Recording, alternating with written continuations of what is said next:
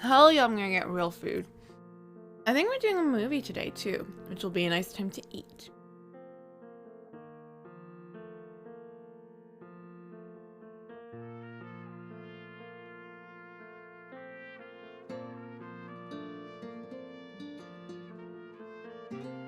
I don't know. I think Ollie wanted to watch Rango or something, right? Damn, my voice is really like... It doesn't hurt, but... It's getting grainy. No, no. My voice is dead already. Let's... Oop. And...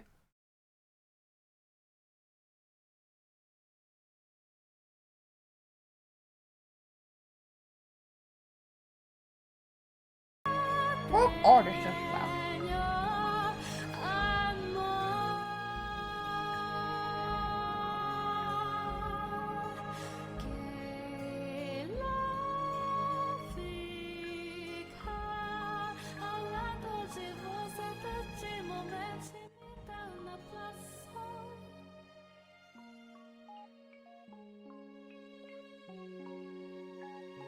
All right, how's that? Is that better? So we're doing the prologue first, which popped up after I entered this place.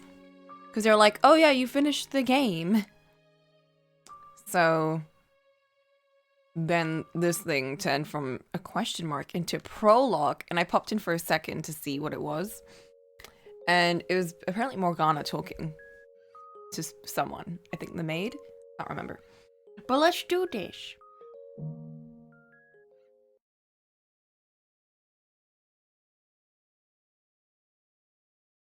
I don't want to leave any loose ends. We need to finish all of each little bits before we can get to Reincarnation. I think I got a shit ton of short stories after that. Wake up? Please wake up. Come on.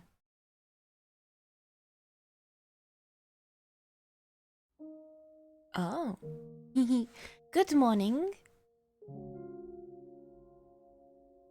What's the occasion? You never come to wake me up. I was merely concerned for your health. You really should be sleeping in a proper bed.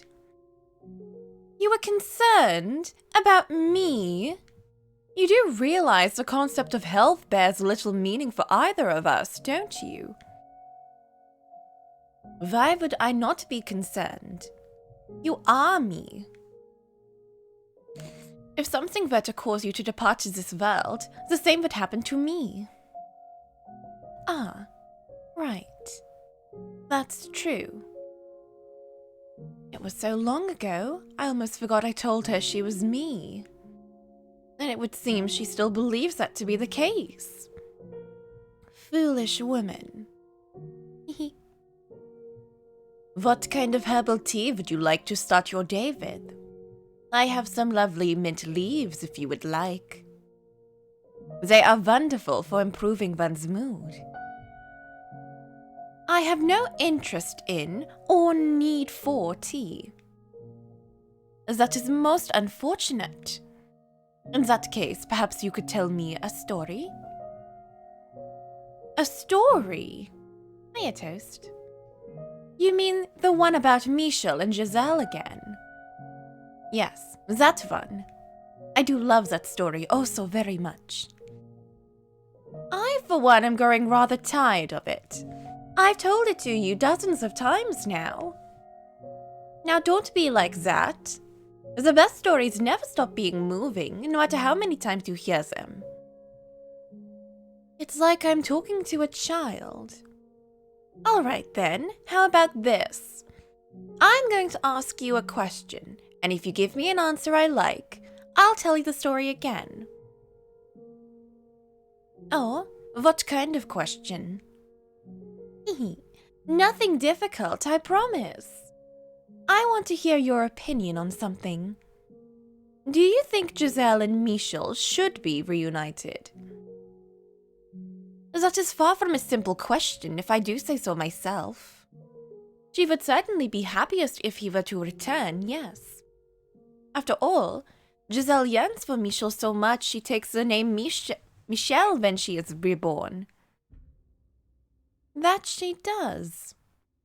She assumes the same name every single time. But her namesake, the real Michel, has never once shown up. No, he has not. In which case, the more realistic option for her to attain happiness would be to forget about him and stay here in the mansion with me. I could take very good care of her. Provide her with enough happiness to balance out all the tragedy she's had to suffer. This is brilliant. If only she had any idea how far off the mark she was. You are Giselle, my dear. Another question, then. If, hypothetically, you were Giselle, what would you do? What do you mean? Would you still want to be reunited with Michel? If I were Giselle,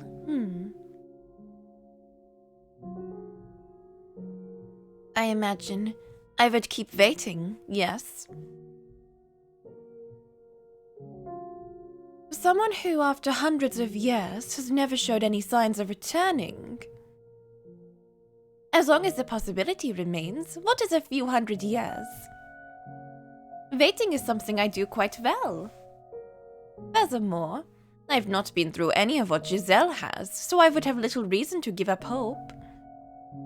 I almost want to tell her, to drag her back through all her memories. Michel showing up at the mansion, never realizing who you really are. You unable to bear the disappointment, the betrayal. Is something the matter? I think I'll refrain, though. I have no particular desire to cause Giselle pain. And I wouldn't want her to break down entirely. She's of no use to me non-functional. Your answer was not entertaining enough, so I won't be telling the story of Giselle and Michel today. It was not to your satisfaction? That is most unfortunate. I'm going for a walk. You, do whatever you please. Enjoy yourself.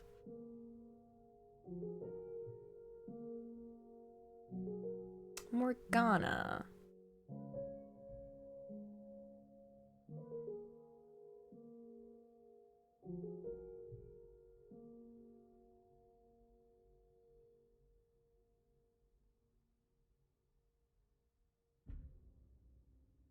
This isn't what I wanted. Tell me, it's not all my fault. Oh God. Closing your eyes won't make your problems go away. It won't erase your crimes. It won't take you out of this place. It won't make me despise you any less. Let me go, please. I'm begging you. I feel like I'm going to go mad. There's nothing here, absolutely nothing. I vaguely remember a beautiful rose garden. Those memories just make it worse.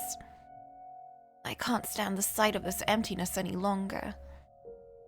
You'd better get used to it or accept your growing madness, because this is all you'll be seeing for eternity.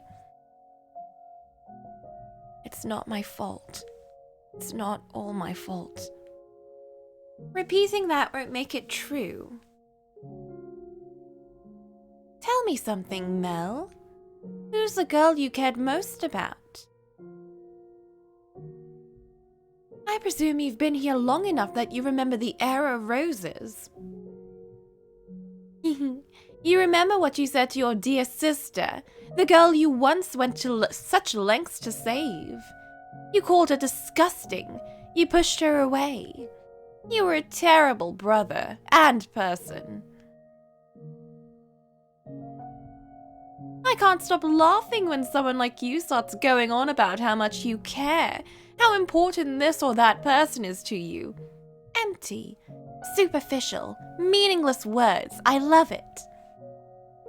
Please, enough. Brilliant. I'm so sorry. You'll never have my forgiveness. Never. Farewell, my dear.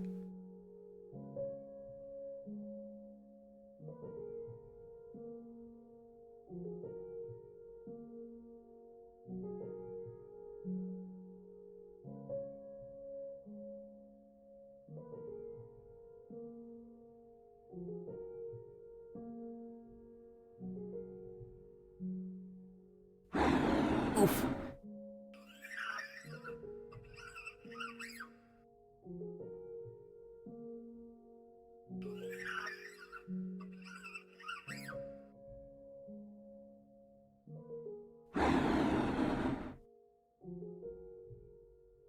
I don't think I'll even bother with him today. Fair enough.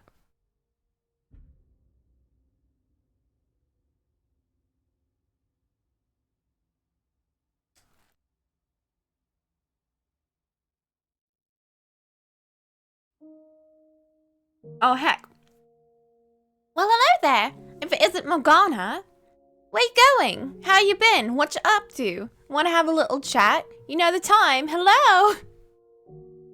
That's just what Japanese sound like, you know? I mean, it's just noise. It's just sounds. Oh, I'll never live that down. And I'm definitely not dealing with him.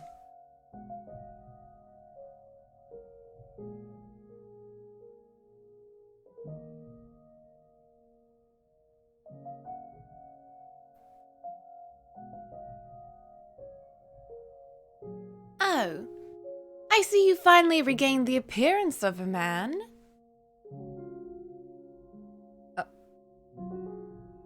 Your mind doesn't seem to be quite there yet, though. Having trouble moving around, too? Whatever it is you're trying to say, I can't say I much care. I revile you far more than any of the others.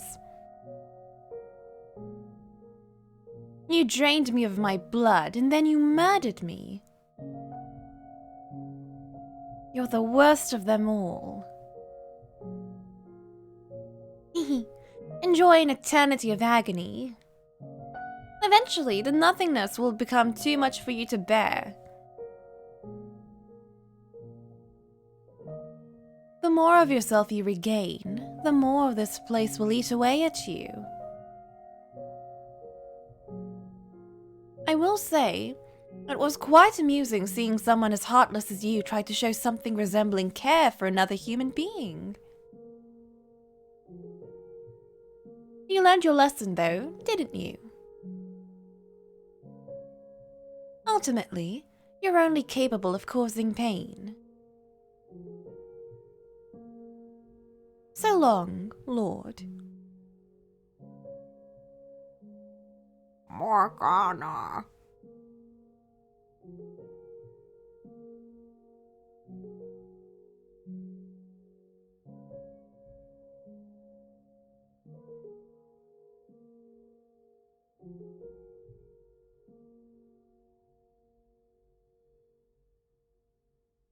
Oh, back from your walk already?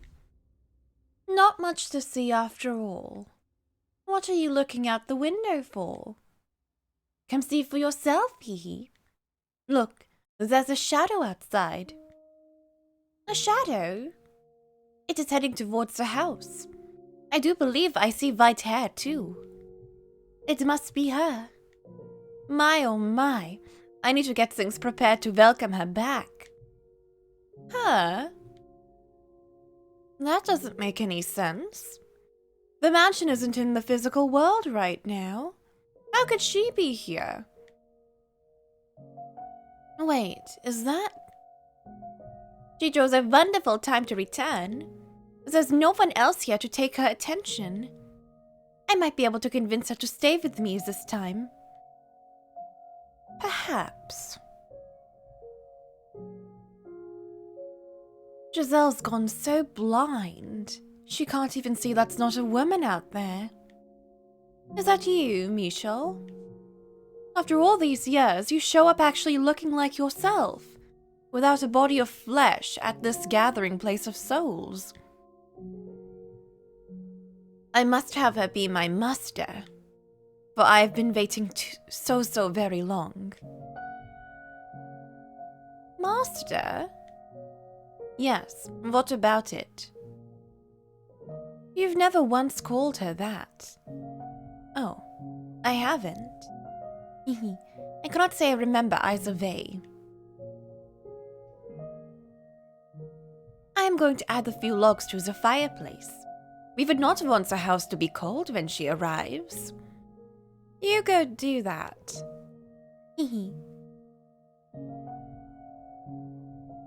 I don't get it. Why are you showing up now, Michel, looking like that? What provoked Giselle to call you master? Well, it doesn't matter either way. Whatever your reasons, you're still frail and powerless. I suppose I'll just watch and see. I'm more than happy to keep you around, as long as you don't look like her. I too have been wanting to see you again, Michel. Though not nearly as much as her.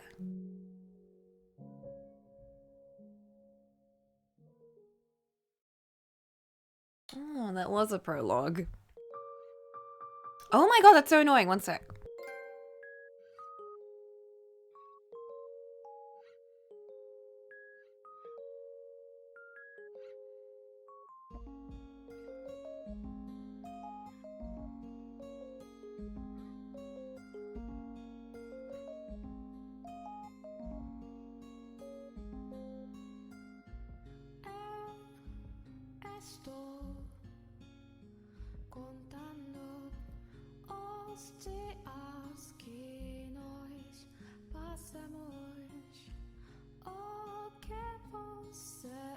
Alright.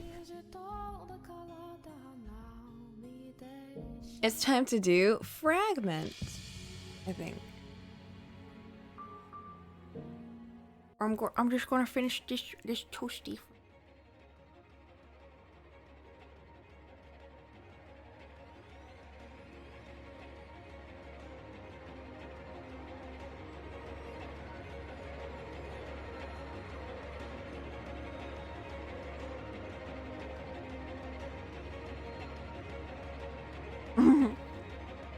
Intense violins.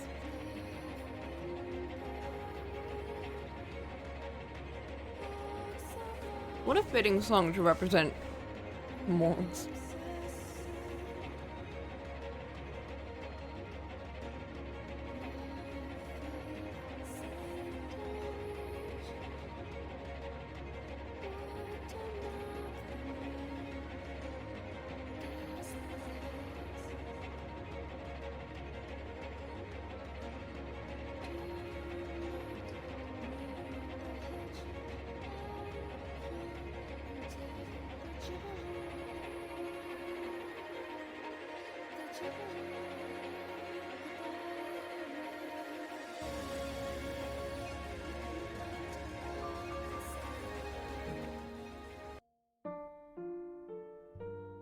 Oh.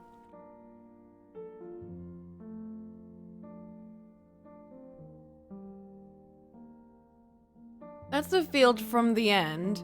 Is this like, this is what would have happened if things worked out nicely? No, this is too much for my heart. I didn't expect it to just jump into this.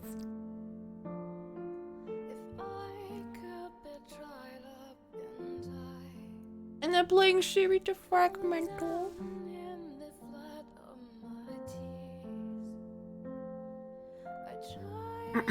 Alright.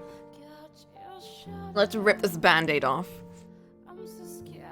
So, what's on the agenda for the day? What I want to do? There isn't anything in particular. Don't give me that look. I don't know what people do for recreation because unlike someone, I didn't leave a life of leisure and luxury. Yes, that's right. I'm a dreadfully boring person. I imagine you've begun to regret bringing such a dull girl with you. Oh. Or in the slightest. Oh.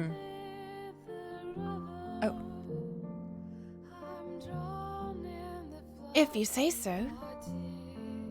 But you choose what we're doing today, alright? Huh?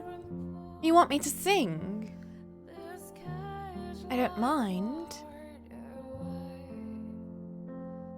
What are you laughing about? You didn't think I would agree. Okay, fine, I won't sing. Puppy dog eyes won't change my mind either. That's that. I'm not going to sing. Alone, that is. Yes, you're singing with me. Go find someone who has a lute and ask to borrow it. You don't get to say in the matter.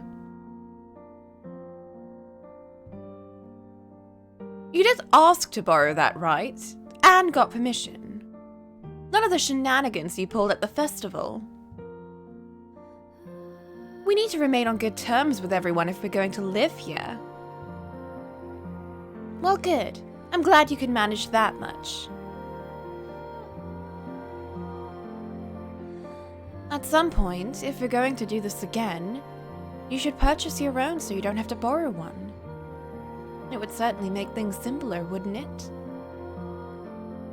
Next time a merchant is in town, if they're selling a lute, buy it. Doesn't have to be anything fancy. As long as it has strings capable of making music, that's adequate. And if it's out of tune, you can tune it. You can at least manage that, can't you?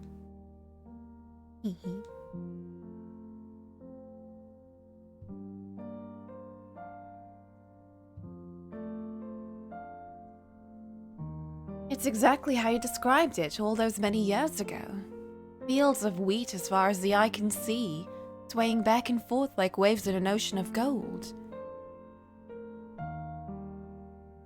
I had assumed that after all this time, you would have lost your fondness for such rustic scenery.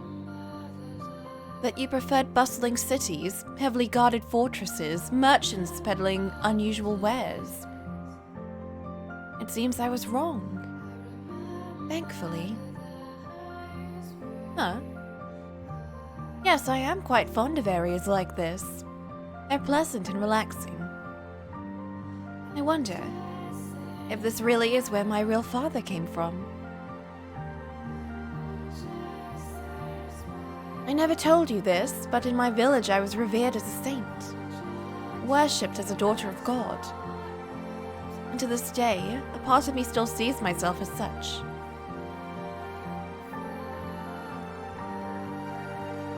You're just an ordinary girl. Maybe so. You've said as much so many times now, I'm almost beginning to believe it. That is entirely on you, yes?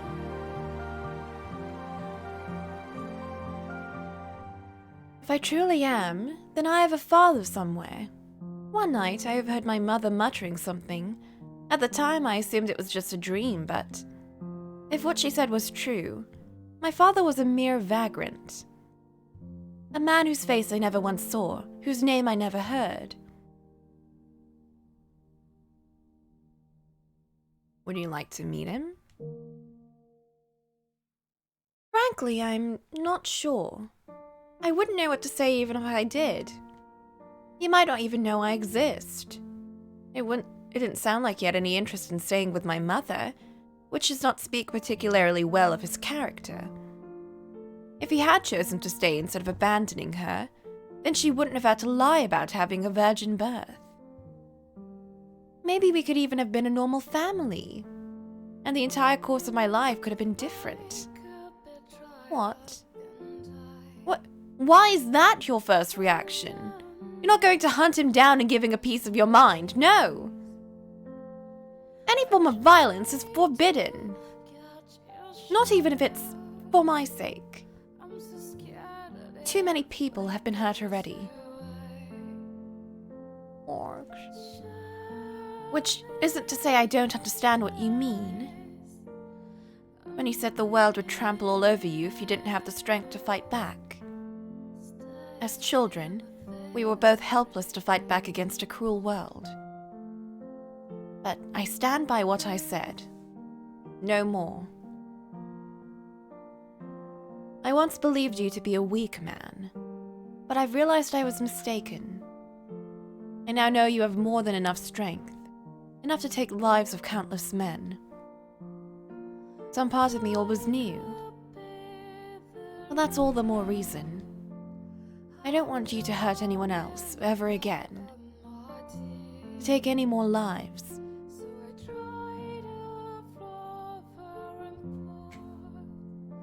Alright, I won't. You swear it? I will have no choice but to deem you utterly irredeemable if you break that promise, understood? What? No, that doesn't mean I think you presently have redeeming qualities. Have you lost your mind? Honestly, this is not the time for silly do you like me games. Don't tell me you're waiting for an answer, because you're never getting one. What? Fine, if you want to know what I think so badly. No, I don't much care for you.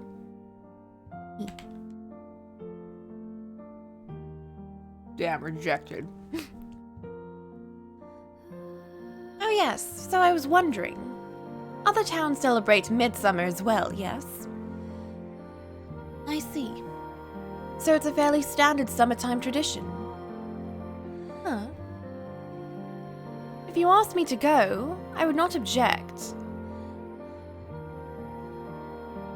What? Yes, I'm not particularly fond of the commotion, but it's a unique experience. There were no such festivals in the village where I was born.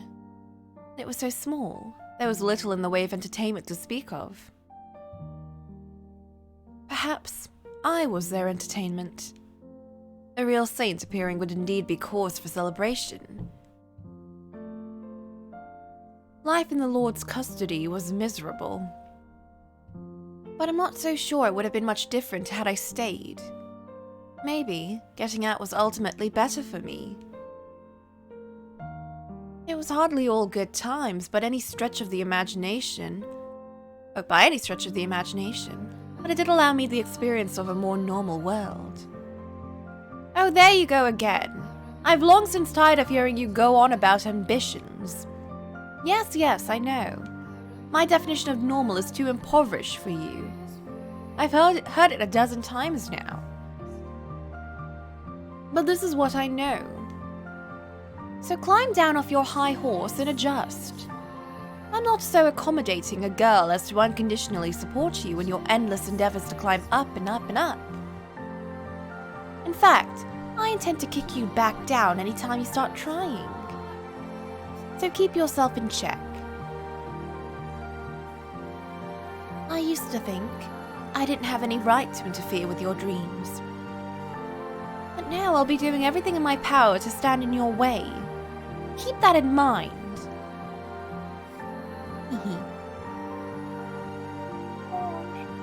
Then I'll just have to find a new dream. Excuse me? So you're going to look for a different way to be a fool, then? Did you hear a single word I said?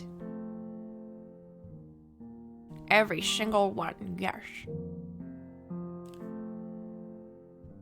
Why do I even bother? So what madness is brewing in that hollow skull of yours now? I'm gonna win your heart.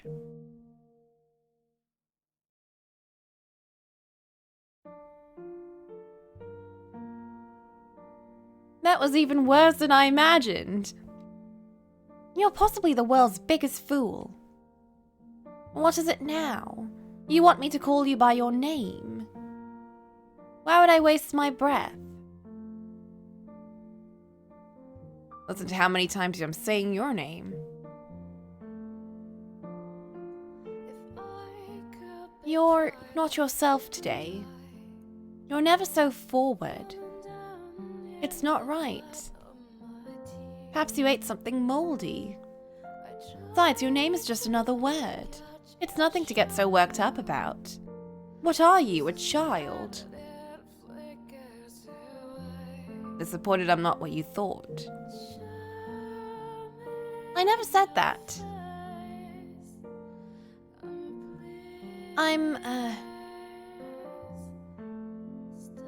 not going to call you by your name. Understood? For heaven's sake.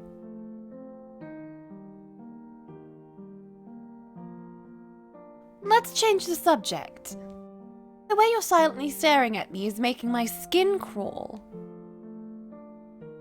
So, the lute. I would like you to teach me how to play the lute.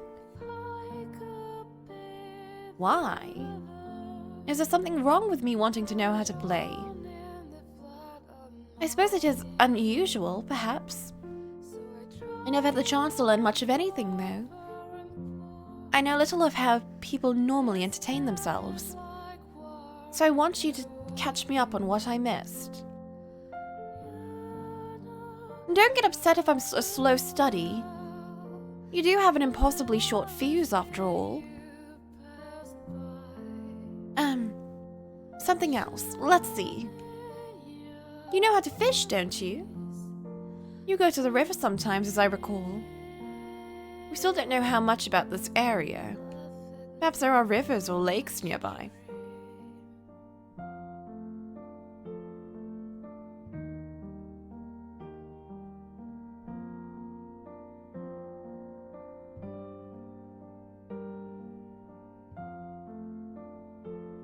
So teach me how to do that too. All right.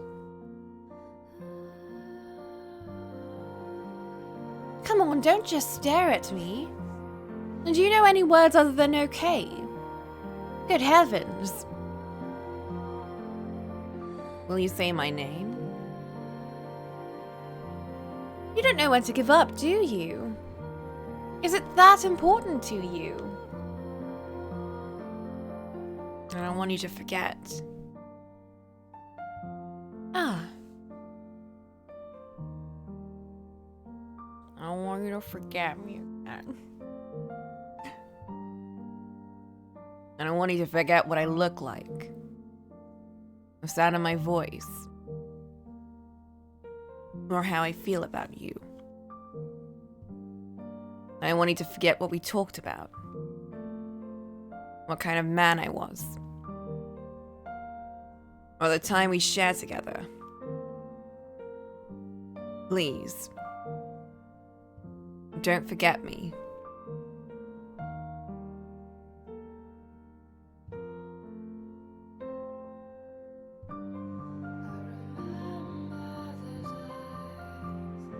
Why would you ask me that now? I was hoping to.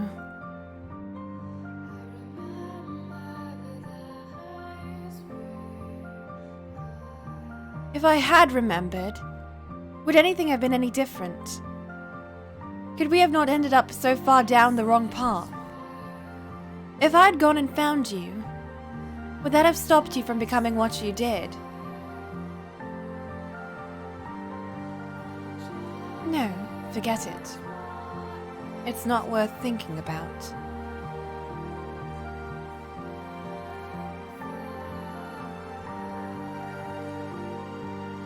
I hurt you. Pardon? You don't need to ask for permission for every little thing. You've always been like that. Always asked permission or had me initiate any kind of physical contact. Except when you would put that ointment on my face, that is.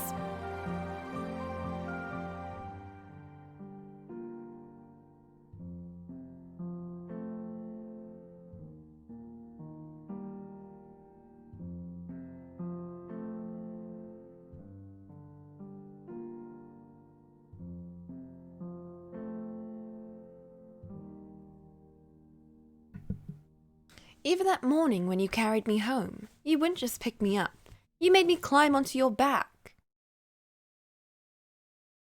Because I promised I wouldn't touch you without permission.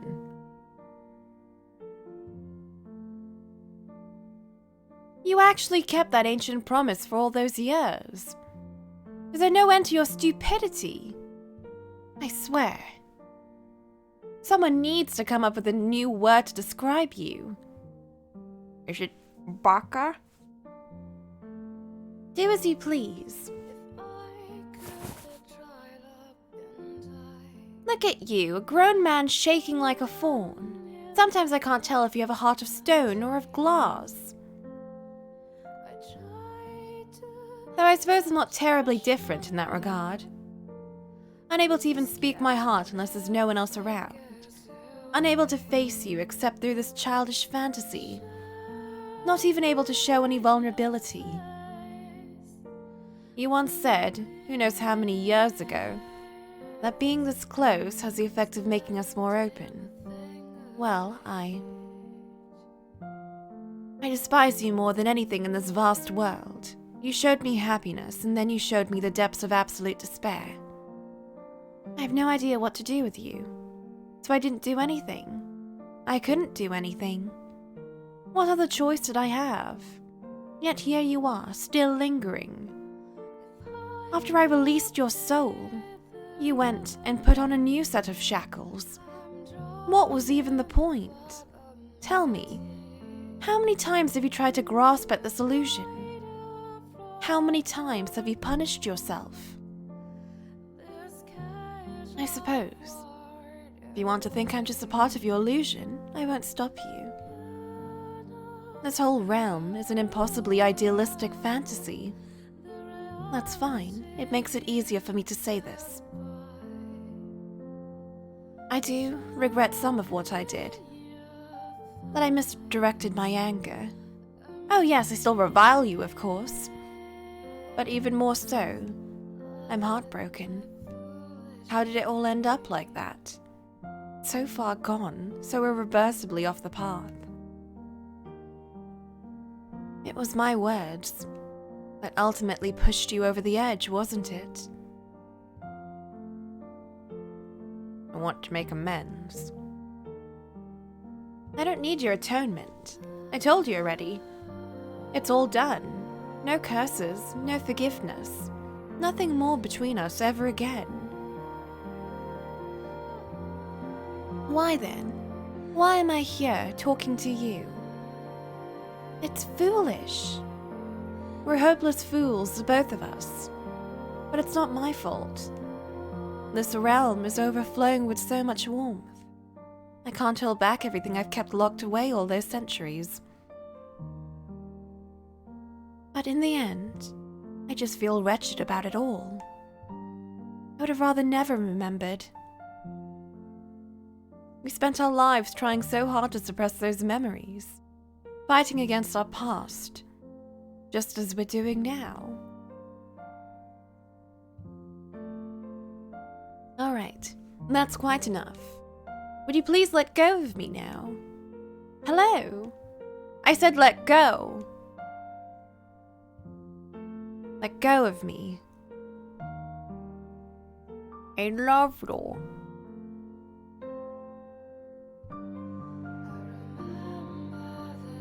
And I hate you. I'll never feel anything but hatred for you. There's nothing left in my heart but that. This is simply me showing pity for a pathetic lost soul. I was never ever able to let go of you. Maybe you should have said so back then. Though I suppose you couldn't have. I had someone else to lead my way. All you could do was sit back and watch me go. You were never one who could cry in front of others, or hold on to someone for support. You had to rely on the sad fantasy to bring yourself to hold me. There truly is no hope for you. So what now? Are you just going to stay here, all alone, for the rest of eternity?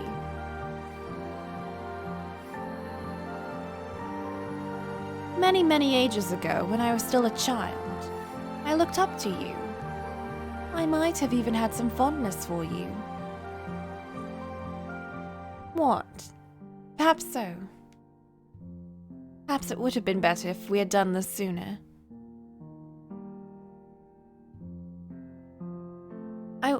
I want you to forget everything I've said. This is a realm where none of those terrible things ever happened, isn't it? So I'd like to indulge in this childish dream for a while longer.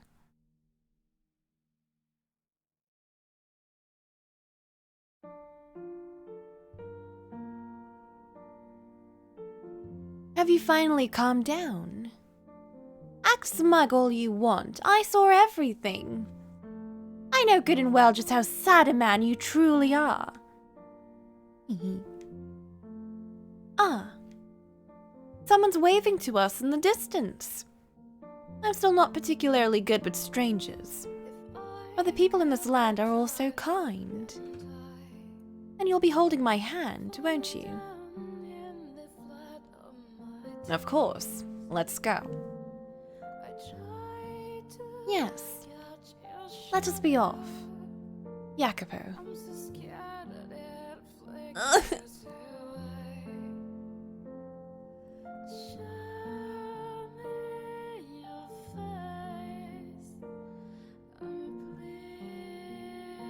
Rather than showing you the world, one day, someday, I'd like to bring you somewhere where your body and spirit can rest, not as atonements for my sins,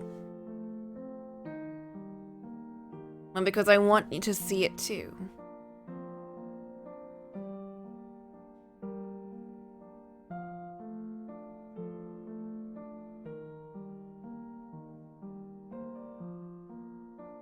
No! They changed it! No.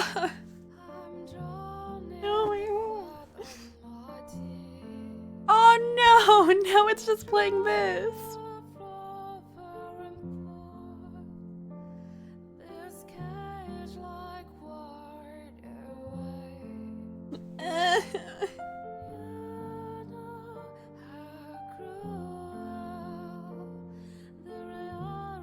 God damn it, this game knows so well how to pull at me. What a bittersweet end. A Requiem backstage pot? What? Oh man. Maybe in like the main menu. Ah, jeez. Alright, I'm gonna make some tea. And then we can do Reincarnation. Finally. How we feeling? I'm feeling great about that. Let's do it. I'm gonna wait. Enjoy this lovely song.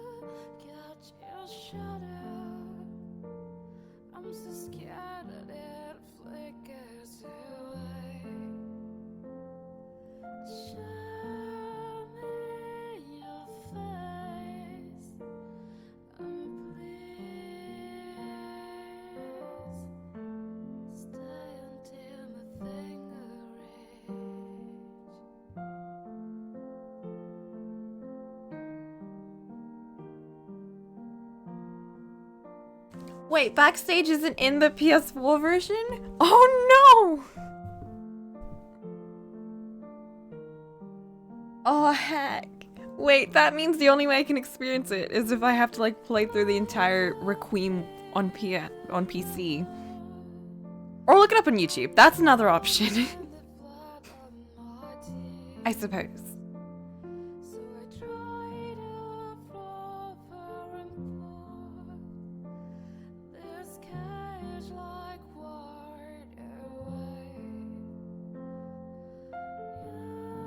There we go. All right. Is everyone here and ready?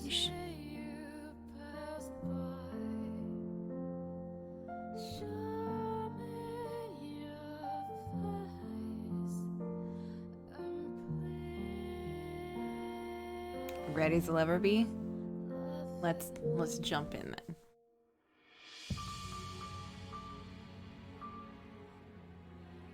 Huh.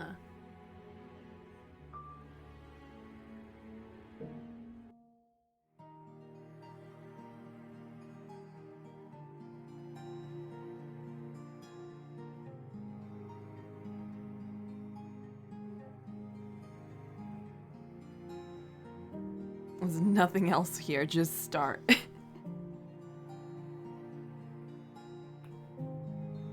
And a little modern day Morgana.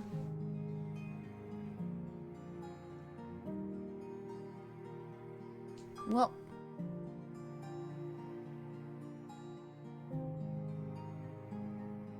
what better time than now to begin?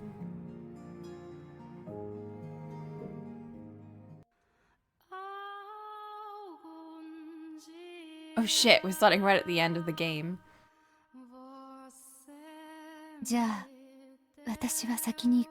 Oh, it's voice acted. Right, that's what the things were for.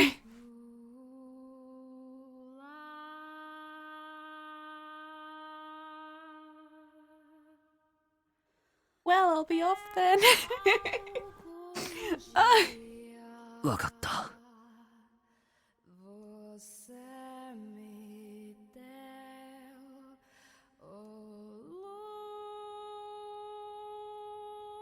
Kind of conflicts with the music. Let's turn. Oh no, dude, because of Toast, we'll have to turn the voice acting off. I know, I'm sorry, but Toast says so. What a shame.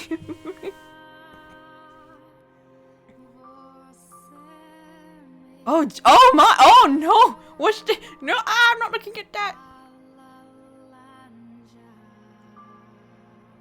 No, the views, no, just turn it off.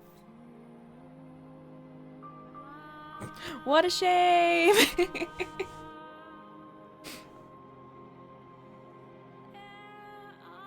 I didn't think it would be so difficult to come up with parting words. You can say whatever you like. The first thing that comes to mind is fine. Okay. Then I'll say to you the same thing I said to them. Farewell, Michel. Until our souls cross paths once more in the boundless spheres of fate. Farewell indeed.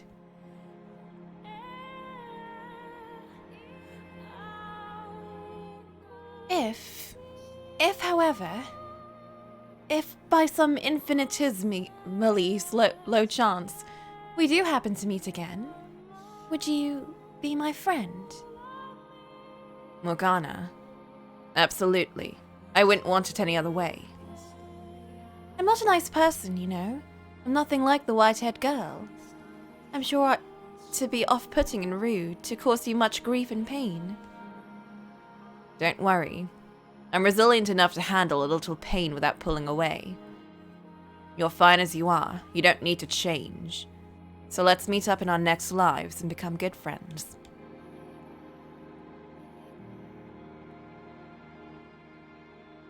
I'm glad to have had you in my life, Michel, and thank you for everything.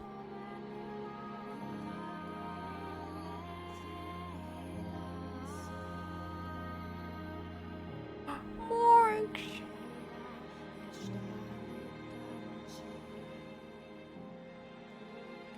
I still vividly remember that moment.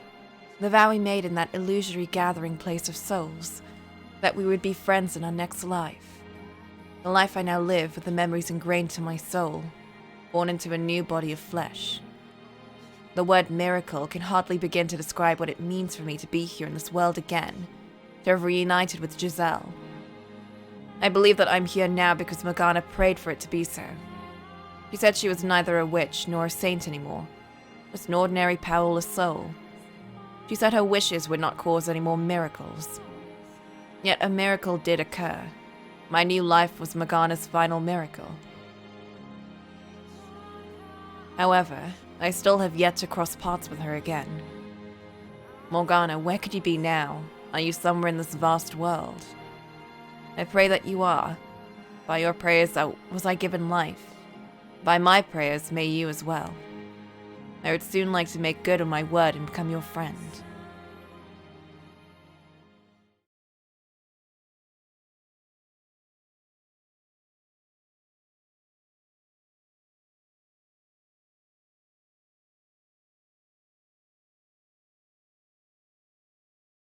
Ah! Look at this one. Ah!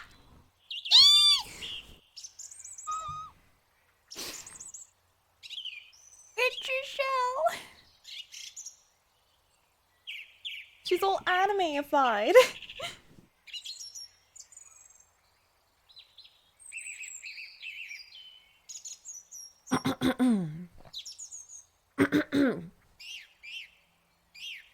Okay, let's see.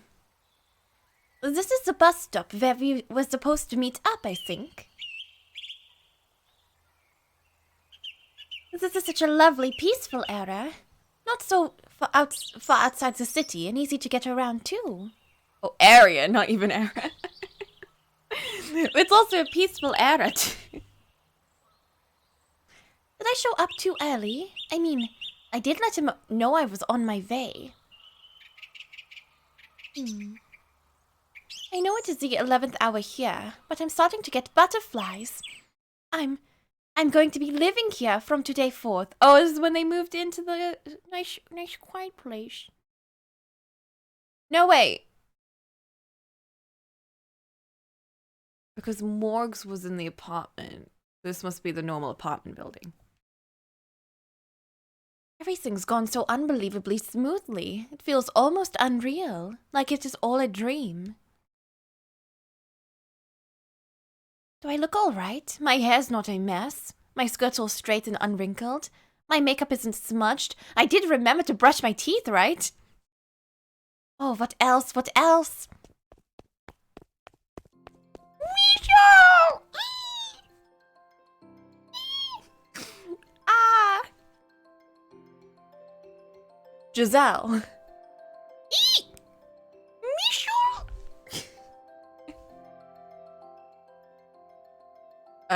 Why the squeal? Nothing. Don't worry about it. Trying that again. Good morning, Michel, and thank goodness I got to the right place. It would have taken an impressive effort to miss the bus stop. Anyway, apologies for keeping you waiting. Oh, no, not at all. I actually did just arrive this time. So, I'm getting kind of flustered. Flustered over what? You're fidgeting like a small child. All I did was come down to meet you. Is there something wrong with my outfit? No, it's nothing to do with you. Well, it is about you, but not like that. It's just, I'm moving here. I'm going to be living with you. I know, she's so excited to see him as a cute anime boy. Ugh. Just thinking about it makes me want to jump up and do a little dance. I don't even understand how you can be so calm. Turn it down a notch, Giselle, please. You're drawing attention. Oh dear, I'm so sorry. But that doesn't mean I'm any less over the moon about it. Don't tell me you don't feel the same way, Michelle. Of course I'm thrilled. You were at my old place all the time before this. We practically live together already, so I can't say it really feels any different than usual. You what? This is a huge occasion. Be more excited. You're making me feel like I'm the only one who cares. Is everything going to turn into a huge occasion? I can't imagine how she's going to react when it comes to our wedding. I can be more excited if you want, though I get the feeling you'd think something was wrong if I ran up pumping my fists and shouting, "Hell yeah!" Okay, good point. If you came out acting like that, I'd wonder if you had eaten something funny. You're right. Just be yourself. You still got that schmarmy face. Anyway, I'm glad you're here. I have been very much looking forward to this day as well.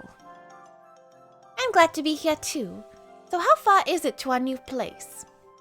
Well, you're looking right at it. Oh, which building is it? That apartment building was the blue roof over there. It looks lovely. No, not that one. I mean, right here, the 4-story building with all the ivy. What? Isn't that a bit gigantic?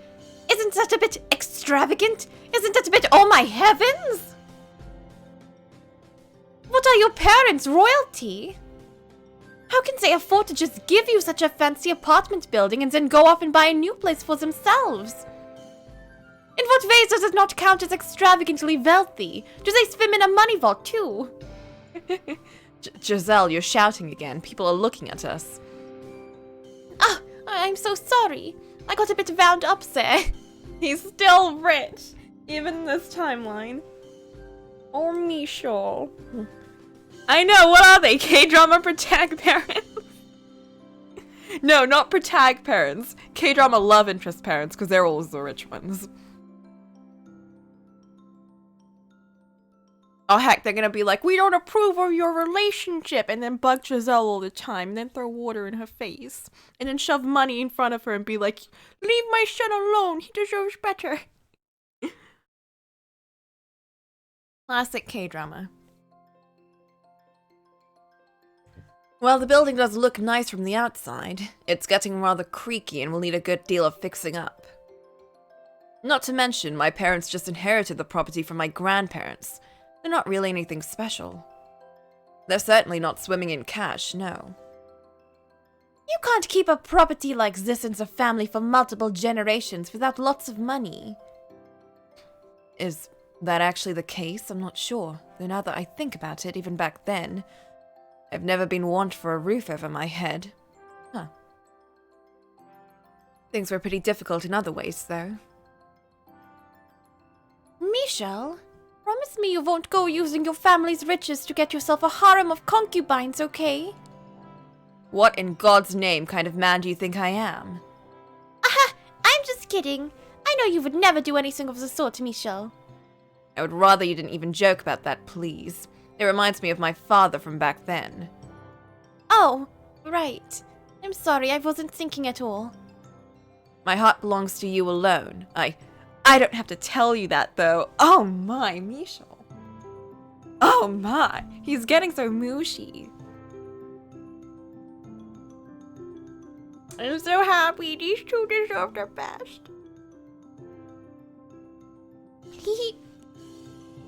I don't care how obvious it is. I would love to hear you say it. You should say it more often. I'll keep that in mind, though maybe not in public so often. Okay, how about we get going then? This way. Okay, so at the end of the other one... Wait, didn't Morgs move into that apartment though? Huh. Roughly a year after we were finally reunited, arrangements for the two of us to move into an apartment together on the outskirts of the city were finally complete. It was a well-weathered 4-story building passed down to me from my parents, but it was still rather nice for this age. In this day and age, having a guaranteed place to live seemed to be quite the advantage. In fact, my colleagues sometimes poked fun at me, saying I had it way too easy. I couldn't help but chuckle when they did, although at least as far as the modern era was concerned, they weren't exactly wrong either. That didn't mean I was just going to twiddle my thumbs and coast through life with my good fortune, though. I kept myself nice and busy with work. While I was generally more optimistic than in the past, anxiety about an uncertain future seemed to be hardwired into me. A coworker once said, "Why do you work so hard when you've already got everything?" To which I obviously couldn't respond because my previous life taught me that nothing in this world is guaranteed. So I brushed the question off with a vague, "That's just the way I am." My inability to be complacent in anything, even in my new life, was in its own way a challenge, but it had its benefits too. Knowing what I'd been through before helped me better appreciate what I had now. Knowing what life was like back then helped me understand exactly how easy things were now. Any obstacles I ran into felt trivial compared to back then.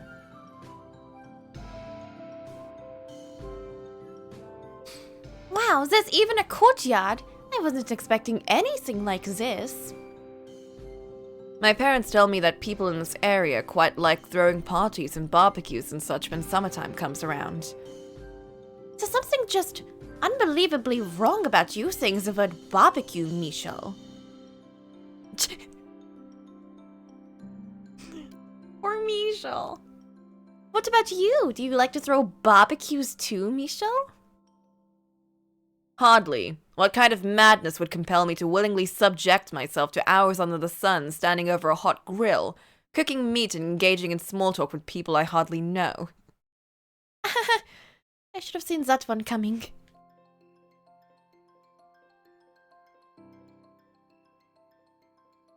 What's behind that door there? It's too dark to see inside. Ah, that. It's not being used for anything right now. I'm planning to have it renovated so I can rent it out in the near future. I see, so there'll be even more rooms then. I wonder what it used to be, though. What a cute little place. Thanks for having me. Giselle, you're not a guest. You live here now. Oh, right, I do, don't I? This place just feels way too luxurious to be mine, you know. It's not that extravagant. You act like you've never been in a building like this before. I'm just your run-of-the-mill commoner girl. Always have and always will be. I haven't been an aristocratified like you. It's going to take time for me to adjust. Aristocratified? Now she's making up words. This really is a lovely living room, though. The windows are nice and big and let in tons of light, and you have a spacious veranda, too. This is like a complete 180 from the dark, dreary place you had back then. It's not musty, I'm not choking on dust, and there aren't even any decomposing parsnips on the corner. God damn it. Hehe. No boarding up the windows for you this time. I wasn't the one who boarded them up in the first place, and if they weren't covered, I probably would have been found. But in any event, I'm glad you like it. Anyone would love to live in a place as wonderful as this. She seems genuinely happy with it, and a smile like that is infectious. I'm glad I took the time to remodel everything. The property itself may not have cost me anything, but making the interior not look several decades old was an arduous process. I'll be keeping that part to myself, though. You keep this place clean, I see. I was worried I'd have to get to work making the place habitable first thing again. Your first visit a year ago was a bit unexpected, but I had plenty of time to make sure things were ready for today. The bedroom isn't quite as pleasant a sight, though. I just stacked all your belongings up in there for you. Oh, thank you. You could have just left it at the door and had me bring it in, you know. You know I couldn't do that. Though I will conveniently forget to mention that the first box I opened contained her underwear, and I couldn't bring myself to unpack anything after that. Well, I suppose we should start unpacking then. That we should, although just so you know, I haven't had time to get a wardrobe or anything. The living room's all set up, but everything else is still barren. Ah, yeah, you were busy with a big project just before the move.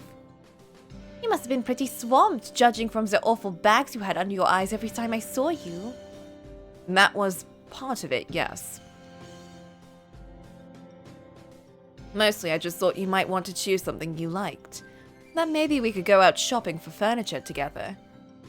Oh, of course, I would love that. This is so exciting. It feels almost like we are newlyweds. Or not, maybe. That, it does.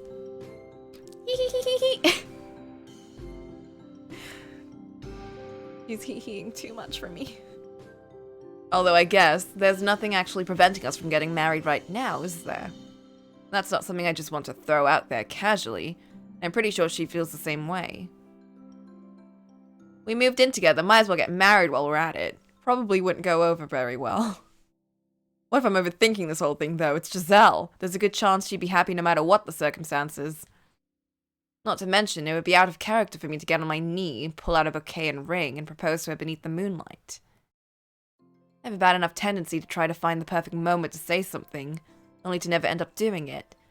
I should just quit thinking about it and do it right now. Anyway, we should get right on that. Come on, Michel, let's go furniture shopping. Coming.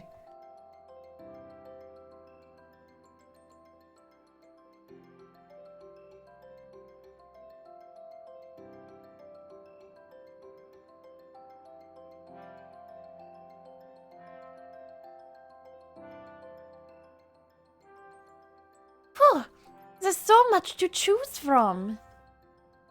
Still nothing that quite felt right. There were so many lovely wardrobes, but nothing that really shouted this, spending our whole life together. It seems like a bit much weight to put into a simple wardrobe.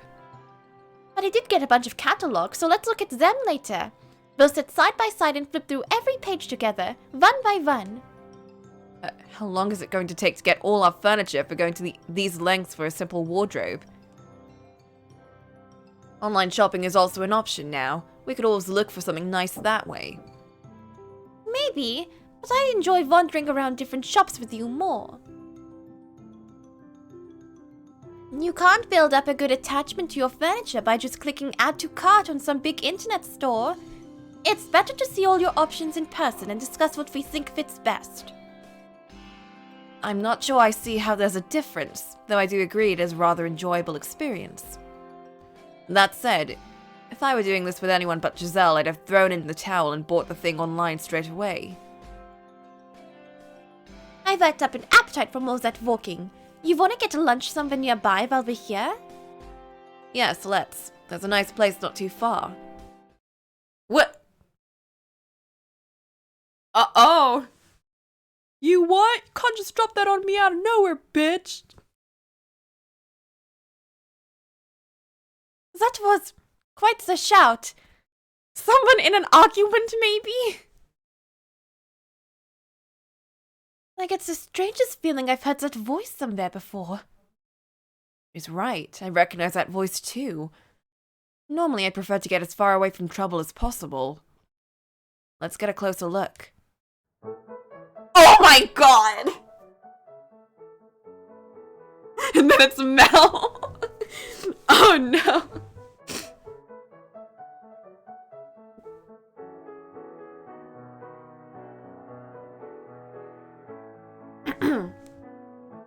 Yeah, you told me it was just a fun little thing you were doing when you gave me the job. That doesn't mean you can just call me out of the blue and say you're shutting the damn place down. I can't just pull a new job out of my ass. I need time to find. Excuse me? I don't give a shit if you have a customer. Don't hang up. Oh, son of a bitch, she actually hung up. God, I'm fuming. Here I thought he was a decent guy, but nope. I just made an ass out of myself. Freaking old fart, don't open a damn restaurant if you're not serious about it. The hell's your problem? This ain't none of your business. Piss off. Maria? What? How'd you know my name? Have we met somewhere? Have we met? We work together in the mansion. Wait a minute, Giselle. Wait, hang on. Huh? Mansion? I don't remember ever taking any housekeeping gigs. Ah! I wasn't thinking and started talking to her like I do Michelle. I don't actually know if she remembers anything from before. Judging from her reaction, I don't think she does. Come by the cafe sometime, maybe. I swear I'd remember a couple like you, though. Don't exactly blend into the crowd. It was... The cafe? The cafe was really busy that day, so you probably didn't notice us. Excuse me? That hole in the wall hasn't been busy once this whole damn year. Oh, well, then I guess, yeah. I must have mistaken you for someone else. Someone who looks like me and has the same name. I got a fucking doppelganger. This is starting to remind me of my encounter with Mel. I should throw her a line. Never mind us. It's something the matter. You were making quite the racket. Not really something I should go yapping to strangers on the street, but fuck it. I'm in the mood to let off some steam. The asshole owner of the cafe where I work has decided he was shutting down the place out of the blue. Can you believe that? Really? He's just closing down the shop today? That is terrible. Doesn't he know anything about labor laws? Labor laws? You go straight for the book, huh, lady? If you can't get through them with... Oh, yeah, she's an economics student. If you can't get through to them with words, what other choice do you have? I mean, sure, if I wanted to, I could take it to court, I guess, but honestly, I don't think I give enough of a crap. Maria I know wouldn't back off with her tail between her legs. Maria and you know, you mean my doppelganger. Anyway, I am planning to give him a piece of my mind. But the job was never going to be a permanent thing. I was thinking about looking for something new anyway. It was really just a matter of time. That doesn't mean you can just call me out of the blue and say, yeah, I'm shutting the operation today, find something new. And expect me to not get pissed about it, you know? Give me some advance warning, asshole. I need time to start looking for something new. You may not have had anything on the line here, but I got my whole damn life. So while I'm not going to give him a taste of the law, I am going to give him a taste of my fist. Which is likely to get you involved with the law regardless. Huh. I feel a bit better now after venting to you. Not that anything's actually any better. That's quite the pickle. I wish there was something I could do to help, but I don't have any leads. If you find yourself without a roof over your head, please let us know. I manage an apartment building on the edge of town. Ah! He's gonna get everyone to live in the apartment! Oh my god, it's gonna be like the mansion days all over again! Ah!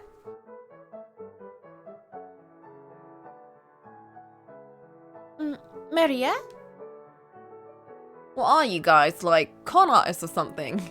Why would you think that? We are offering you this performance of the goodness of our hearts. The goodness of our hearts! No balls chance in hell you are. No one offer a friggin' apartment to someone they just met on the damn streets. You know, we just feel like it was destiny that brought us together.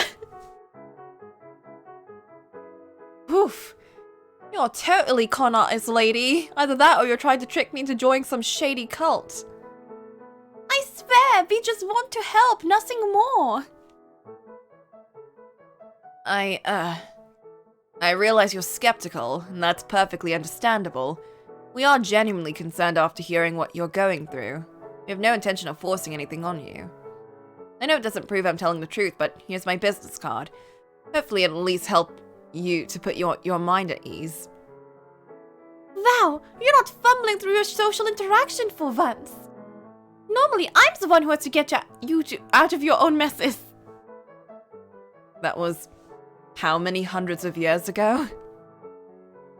You can get business cards that say whatever the hell you want, but whatever. Sure, I'll take it. There is a chance that you're just stupidly friendly strangers and not trying to rob me blind. I don't know about that either, but I can at least promise you we mean you no harm. Huh. Well, I'll just have to take your word for it. Thanks for the card. You might hear from me if I find myself neck deep in some real shit. You can call us before it gets that bad too. Don't hesitate. Sure. You're really pushy about this, lady. I'm just being friendly. Maria has a tendency to run wild when things get too bad, and rather not see that happen to her again. I'll take a chance on your not being con artist and give you my card too. Of course it's outdated now that I'm out of a job. You can text or call or whatever you need me for in this something. Oh, thank you so much. Well, I gotta give that cock-stained tongue lashing. Thanks for hearing this poor stranger out. Oh no, don't mention it. I only ask that you not do something to get the police called on you. Don't worry, I won't. Probably. Anyway, I'm out. Who knows, maybe we'll see each other again. Huh. Maria's the last person I expected to run into today. Wow. It caught me completely off guard as well, though it appears she doesn't remember us. Yeah, I guess that's how it's supposed to be for normal people, but I'm still kind of sad. No, even if she did have those memories, I never actually met her in life. I almost prefer this to be the alternative, where she recognizes Giselle but not me. You okay, Michelle? You're spacing out there. I'm fine, yeah. I was just thinking that even if she did remember you, it would only be as the maid, not as you are now. Oh, you're absolutely right. She still hasn't apologized for calling me a creep. Yeah! How dare she? You still haven't let that one go. If Maria's here, I wonder if that means everyone else is too. It's certainly possible. Maybe you will get your wish of having that 1000-year class reunion. Imagine what a sight that would be if they were brought together again without the power of the curse. Maybe their relationships wouldn't have had to end so in tragedy. I certainly hope so. I don't want anything like that to happen ever again. If they do all come together, will you be there with everyone else? Or was the white-haired girl correct in saying your soul is no longer able to take human form? Morgana. But didn't she give up her life so that Morgana could pass on?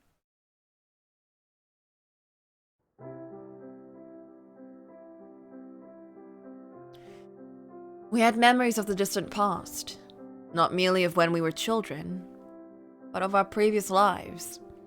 Of our time in the period known as the Middle Ages, of a cursed mansion that wandered the earth across centuries, of a time beyond time where my soul bore witness to numerous tragedies centered upon that mansion, and of my encounters with the souls bound together by the threads of its curse. Ever since reuniting with Giselle in this era, those memories had begun fading away. Perhaps they were simply filled away with other memories I had little need to dig out anymore. A small part of me was saddened by that fact. It felt like I was letting go of an important part of myself, but I chose to view it in a positive light. That I had come to terms with everything that had happened. But the most important thing to me now was to live my life alongside her. As the older memories faded, they made room for new ones. We had many, many years of new memories ahead of us, so I settled on leaving the past in the past to focus on building up new relationships. And I didn't regret that decision. I had loving parents and friendly, easygoing co-workers, neither of which I had had in my previous life.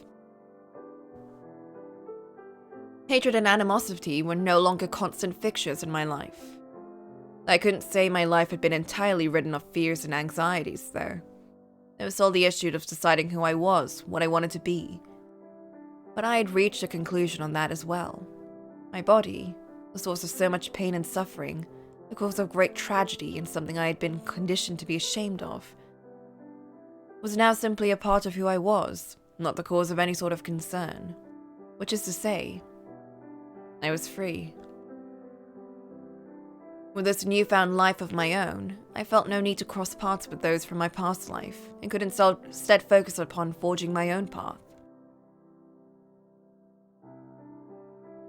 If they even were here in the same era, they too had lives of their own. That was the proper order of things. Nevertheless, it seemed the threads of fate were not so easy to untangle. Our chance encounter with Maria felt like a snowball beginning to roll down a hill.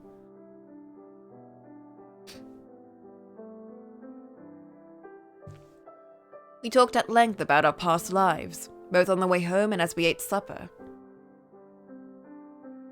All it took was one little thing to break the dam holding back our memories. Most of my time in that mansion was frankly miserable. There were things that made me sick just thinking about them. Not everything in my life had been cleanly wrapped up, nor had I let go of all my grudges against those who had hurt me. But I also understood that this pain had helped mold me into the man I was now, so I couldn't simply categorize all of those memories as unequivocally bad.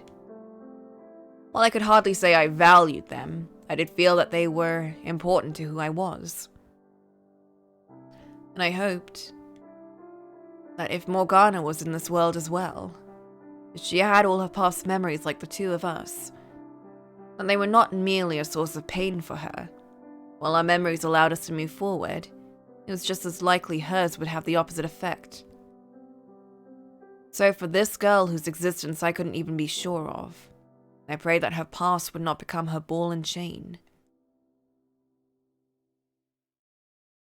That night, I had a strange dream. My view was hazy. I couldn't tell where or even when I was. My feet went on the ground. It seemed I didn't exist in this place at all.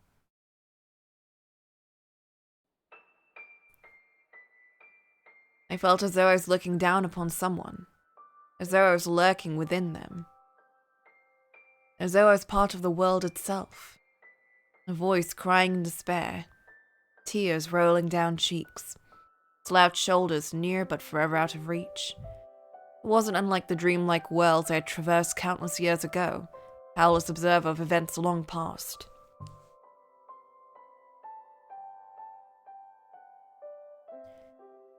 Michel, when you set me free, it was the witch you released, not the girl. Pulling back the curtain was enough to stop me from being a witch. What lay behind the curtain is just a source of new pain for the powerless girl I've become. Is that you, Morgana? Where are you? It's so dark I can't make anything out. Your voice is so distant. Like there's a giant wall between us. Michel, will you offer salvation to this powerless girl as well? Will you take my hand once again? Morgana, I thought that breaking the mansion's curse and releasing everyone would provide everyone trapped within its salvation. I believe doing so would make everything better. I still stand by that much. Nothing good would have ever come from leaving that mansion to rot away in its curse for eternity. But if doing so, I've caused you even more pain, and I want to find you and do what I can to help.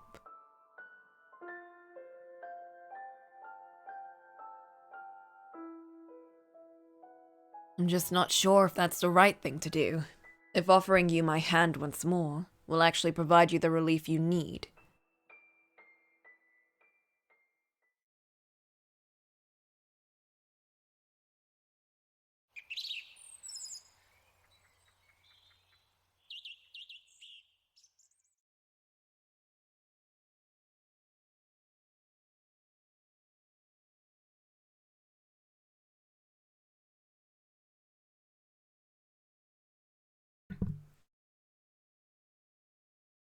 It's morning like any other, albeit a little more lively and smelling a bit nicer.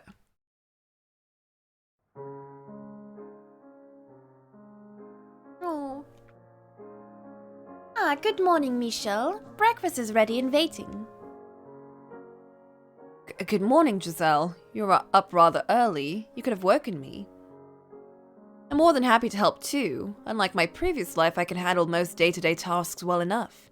Don't feel like you have to do everything. Get back to me when you can cook an egg without burning it. Anyway, I was in a cooking mood today. I like making things, so I don't mind at all. Now, to your seat with you. Well, if you insist, thank you. Oh no, not at all. Ah. Ahem. What kind of herbal tea would you like to start your day with? I have some wonderful chamomile leaves if you would like. Water, please. Water? You couldn't even play along for one exchange. It's kind of charming how she likes to play at being the maid from time to time, but it's difficult to know how to react. Besides, we don't have chamomile. Here's your water, straight from the faucet. How dreadfully dull. I'm not sure what to tell you about that. After being the maid for 1,000 years, I get urges to serve. Maybe you should work in the cafe. Maybe that's the business that she'll start up. She'll start up a new cafe and everyone can work there and could be like a cafe/hotel AU. It's maybe my imagination, but you're looking a little under the weather. What? I am. I guess I slept pretty lightly last night, so I am a little tired. What happened? I didn't roll over and kick you in the face or something, did I? No! You're a very sound sleeper, as I learned in our previous life, but no, I had a rather peculiar dream. What kind of dream? It was about Morgana. She was pleading for help. It was probably just a dream. I presume it was brought on by our encounter with Maria yesterday, which my subconscious then connected to Morgana. I don't know. Dreams like that usually have meaning, I feel. It could be a premonition and she's in trouble.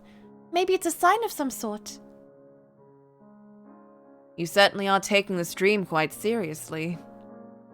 Of course I am. It is your dream we are talking about here. If you saw her, that has to mean something. And if it turns out to be nothing, then it's nothing. And we can have a little laugh about the whole thing.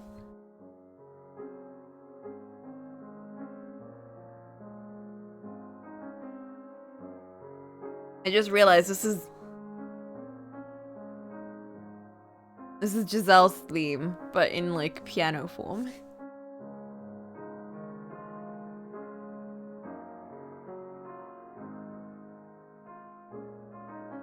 Ah, my heart.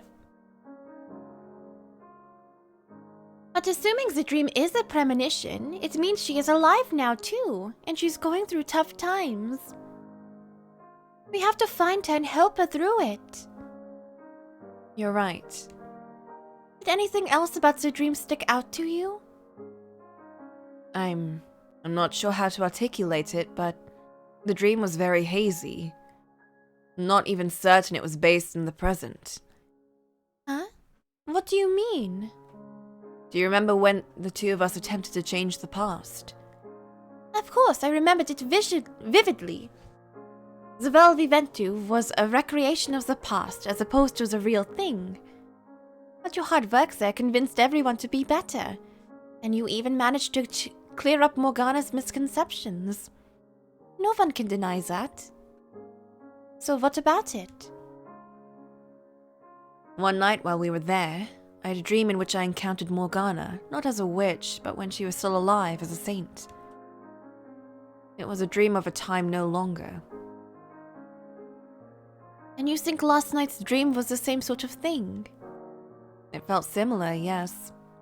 Even if she is having difficulties, it may very well be from another time, which would mean there's nothing I can do to help.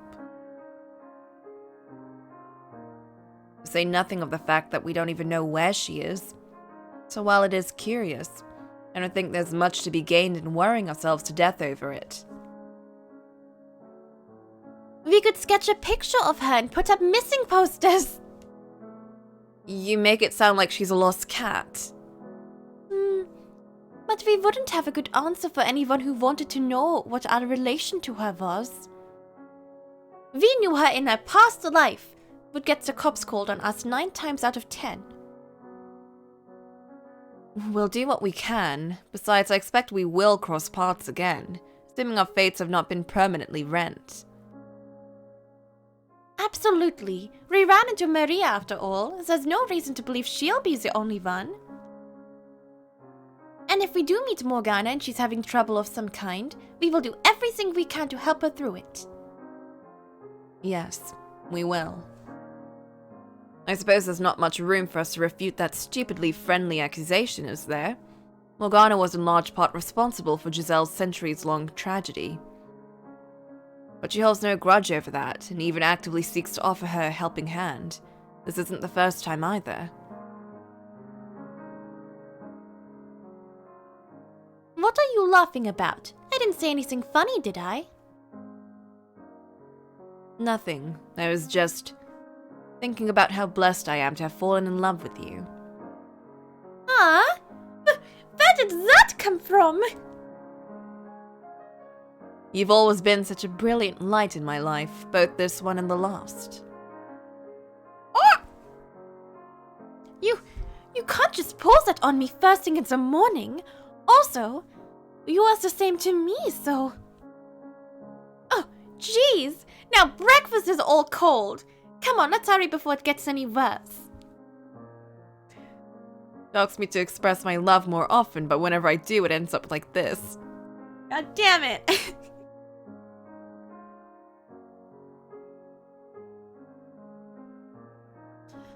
On a somewhat related note, do you have any particular desire moving forward? Well, First, I would like to get the rest of the furniture we need. After that, the spice cabinet is looking a little lonely. Oh, I didn't mean the immediate future, more long-term. I'm curious if you have an image of what you want to do now that you're free from the stress of university life. I know it sounds cheesy, but I would be happy with any kind of life as long as it is with you, Michelle. I see. But well, if we're talking about dreams, then I think I've told you this before, but I want to open a shop one day. Haven't thought about what specifics yet, so haha. I studied economics in school, but I'm not really interested in big businesses like that. I'd like to do something more modest, like a local family store or something. My degree's not going to be much use as it turns out. My first step, I think, is to find some place that will hire me so I can get the experience to handle whatever may come my way.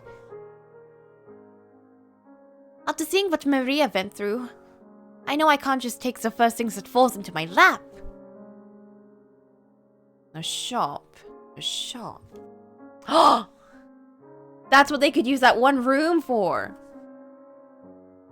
What is on your mind? I'll let you know after it's had some time to simmer. Is it perhaps that you'd rather have a stay-at-home partner? Oh, heavens, no. Everyone should be able to do what they want with their life. I would never have brought it up if I felt otherwise. True. Also, even if you had said no, I am this house's breadwinner, I would have probably fought you on it. We may have the whole world at our fingertips in this era, but no search engine can predict the future. Oh no, Giselle has learned the internet.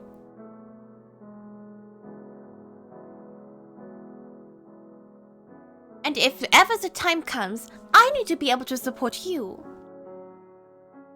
She has her act together so much better than me. Let us make the most of every day we have together, okay? Yes, absolutely. I know, she's so much more powerful with her internet knowledge. Just wait, soon she'll be talking about memes. Oh no! We need to stop her. We spent the day hunting for furniture as we hadn't had the previous. It was challenging, but eventually we found a wardrobe that felt right. You know, she'd just be posting like cat memes and like animal type memes and like goofy comics and shit like that.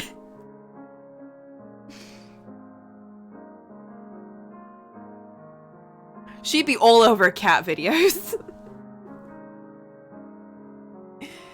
Oh heck, when are they gonna get ugly speckles? Ah!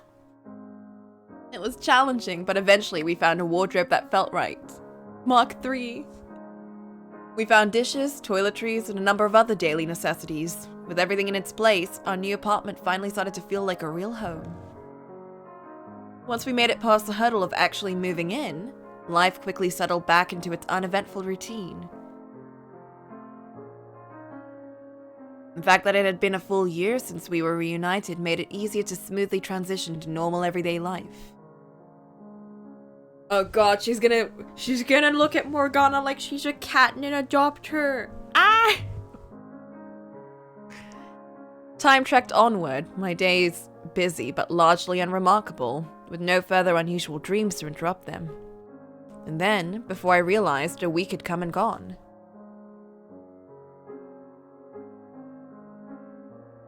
That afternoon, I led Giselle out to the apartment building's courtyard. And then I made her a proposition. The idea I'd hesitated to bring up a week earlier. What? You can't be serious! Just, Giselle, take it down a notch. You're going to disturb the other residents. Oh, I'm sorry, but I need an explanation. What do you mean, do I want to try running a cafe? Yeah! Oh my god, yes! The AU is becoming real! I'm so excited.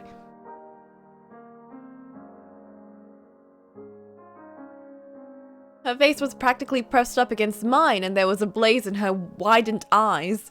This was about how I expected her to react. The question had come seemingly out of nowhere, and it was a decision with a large scale and long-term ramifications. I wasn't asking if she wanted to work at a cafe, but if she wanted to open up one of her own.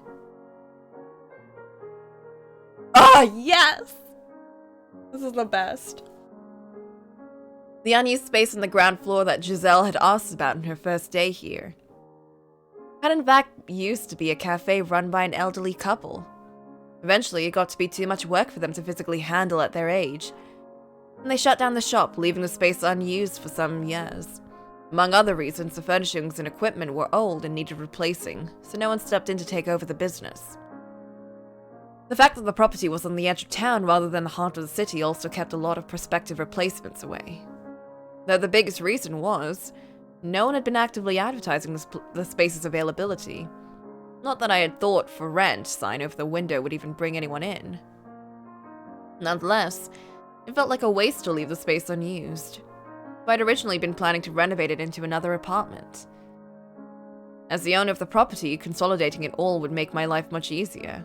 However, if Giselle was interested in using the space to run her own cafe, all that went out the window. Everything was still in planning phase, so I could change course readily enough. I had enough savings to cover the purchase of new equipment.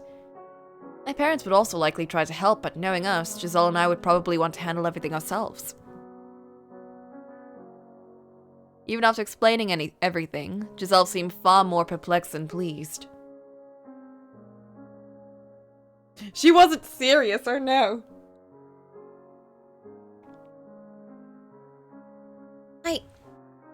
I'm thrilled about the offer, genuinely so.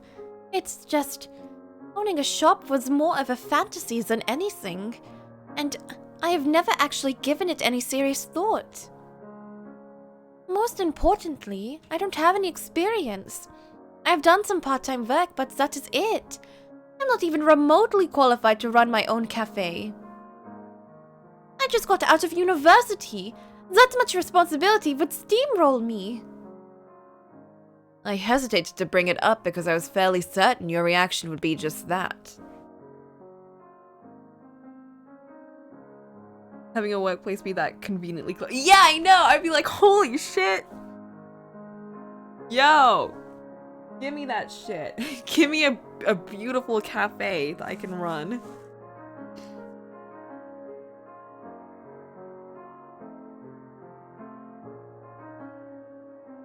Oh, those window doors. I know, it's got like French doors and shit. Ah, it's so pretty. That would be such a cute cafe. It would be. It's like, in my BRB screen, but not this one because they didn't put on this one in their laptop. But it's the Kiki's Cafe type, the doggy corgi one. I do agree with you that experience is vital to embarking on an endeavor such as this. But you did have experiences of maid! Oh my god, it's all coming together. Everything's coming together, yes. Then why did you ask? Because, on second thought, I remembered you had a great deal of experience already. What? I don't recall having any real work experience.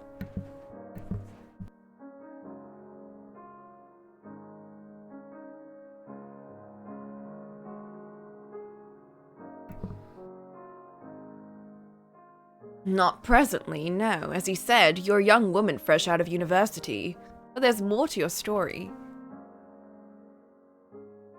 You were in the past the daughter of a merchant, and I'm certain you will be able to draw from experiences in your many, many years as a maid as well.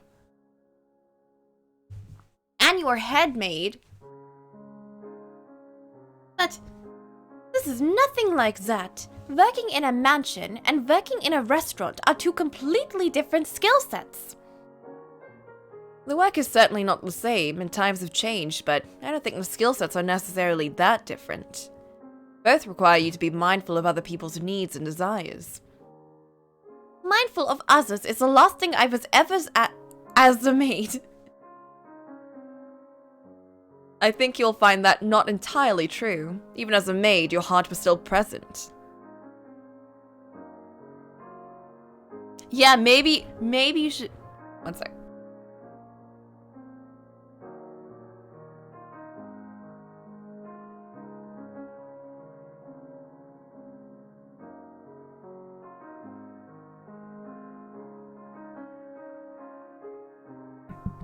One sec, I'm gonna BRB.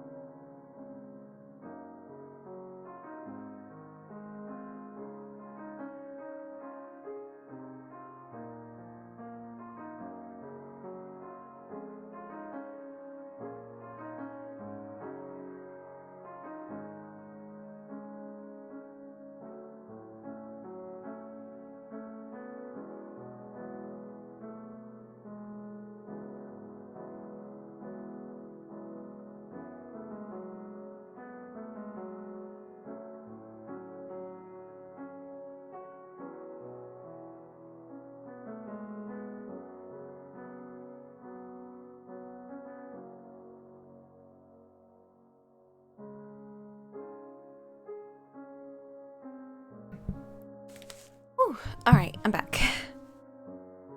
But as I was saying before, wouldn't it be great if she got people with experience working in a cafe? I wonder who could possibly join. It's crazy.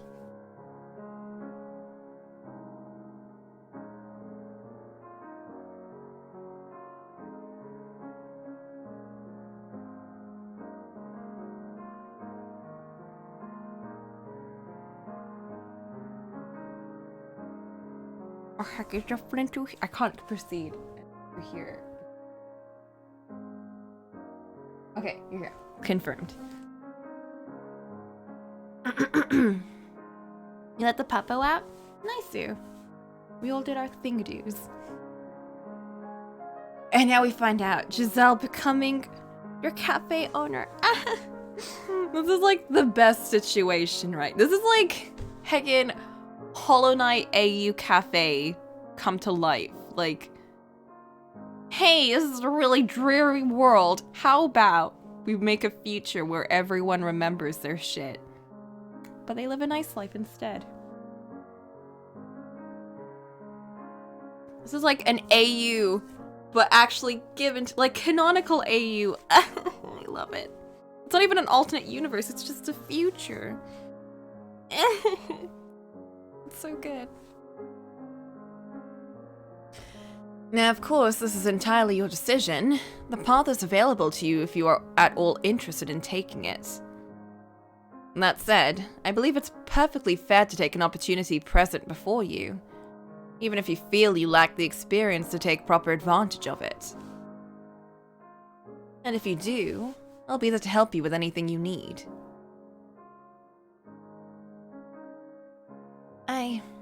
I don't know.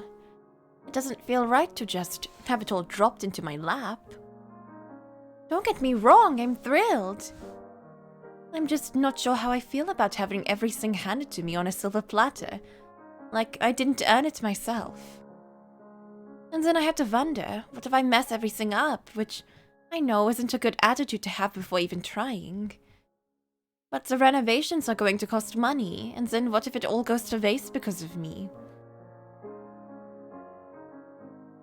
Normally, I'm the pessimist and you're the carefree one, but it would seem we've switched places today. Can you blame me? Don't worry about feeling like you have to do everything right by me or anything. That's not what I want you to focus on. We're walking this path together now.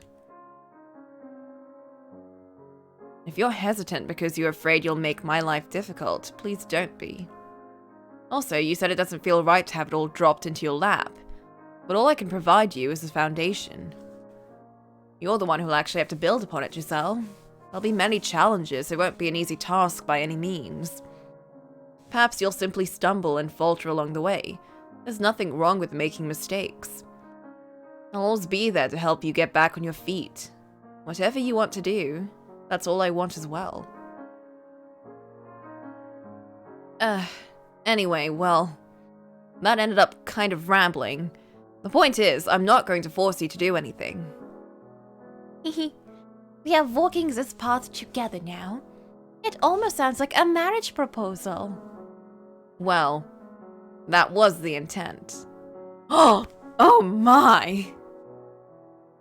I don't want to put a huge weight on your shoulders and then not be there to take some of it on my own, so... If you do decide to open this cafe, let's get married first.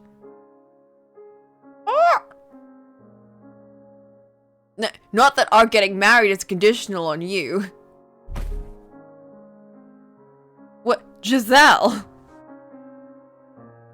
Oh my. Giselle, her face as red as a beet, had fainted. Oh jeez! He killed her, no!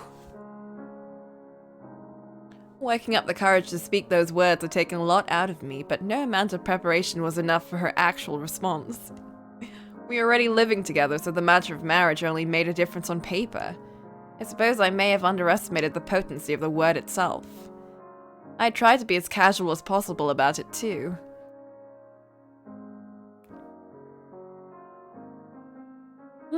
It was all a dream? It was all very real. How are you feeling? I didn't think you would actually faint. Oh, Michel. You really need to start giving me a heads up before you drop these bombs on me. First it was a cafe, then get... Take a deep breath. You're not even to the word yet. I don't want you fainting on me again. Ahem! Ahem! Ah!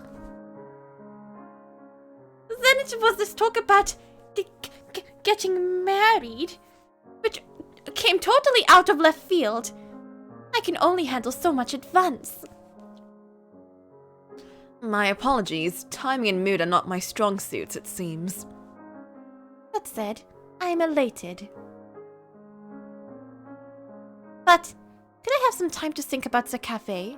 I want to be absolutely sure I make the right decision. Since it affects not just me, but you too.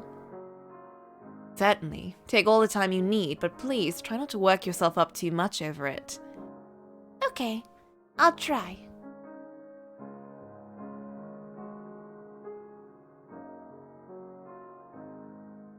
Giselle fell uncharacteristically quiet, seemingly deep in thought. Then, quite suddenly, she jumped to her feet and announced, I am going to take a little walk. She said she wanted time alone to consider, so I saw her to the door, and then she was off. It was the first time in a while we had been apart on my days off. Perhaps I should have taken this a bit slower, given how significant a choice it was. I was beginning to think that perhaps I'd put too much on her plate at once. It wasn't that any of the decisions were going to be unpleasant, but they would still require a great deal of consideration. I'd known Giselle long enough to trust that she would reach a conclusion she was satisfied with, but still I couldn't completely escape from my anxiety. Nonetheless, all I could do was wait. And then she dumps him and leaves. Time feels like it's crawled to a halt without Giselle here. I should check my phone. Maybe she's left a message. There's a rental inquiry, and it's from... Ah! You're kidding me. Is this Morgs?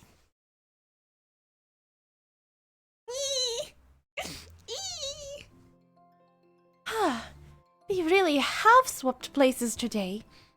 Normally Michel would be fretting. It's the fretting indecisive one. I don't know what to do. It is a great opportunity, and I do want to try running a cafe, but... Oh, I'm sorry, I wasn't looking there. My bad.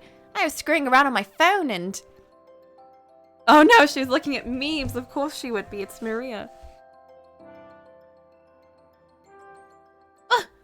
We sure do run into each other a lot, huh? You alone today? You sulking because you got into a fight with your boyfriend or something? Oh, no, we are not fighting. It is nothing like that. Are you out for a walk, Maria? Whatever happened to you and your boss? I got him to apologize, but that's about it. I'm still jobless. Just floating around looking for whatever. I'm sorry to hear that. Maria seems like someone who's got a lot of experience, both in work and in life. Then again, I did spend 1,000 years as a maid, so I guess I do too. Why the stare? Take a picture, why don't you? It'll last longer. Maria, I know this is out of the blue, but do you mind if I ask your advice on something?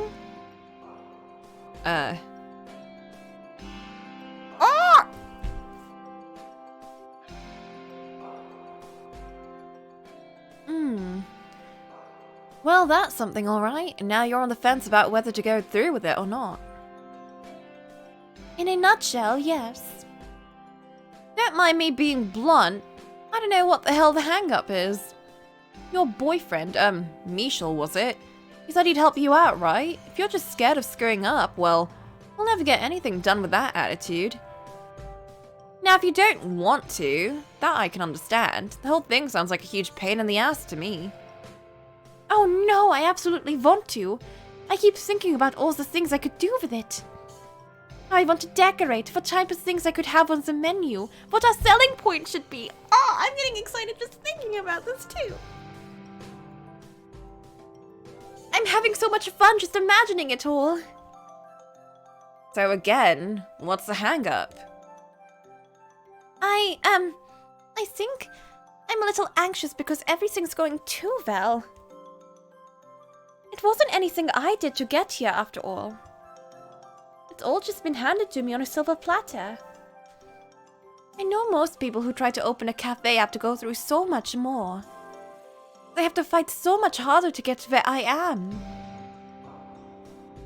Just because it was harder for them don't make them special. Just because they fought to get there doesn't mean that they're any more or less likely to succeed. The way I see it, you should just take what's dangling in front of you while you've got the chance.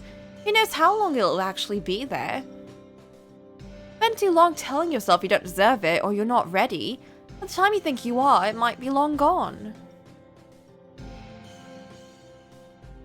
She's got experience from dealing with Yaki. Take that silver platter and give him a good gold one back later if you're that self-conscious about it.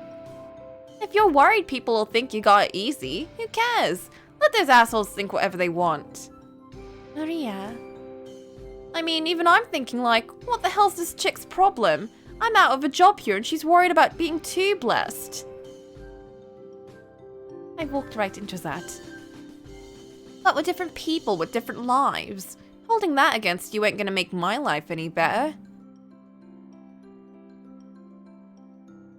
What did I say? You look like your eye's about to pop out of your head.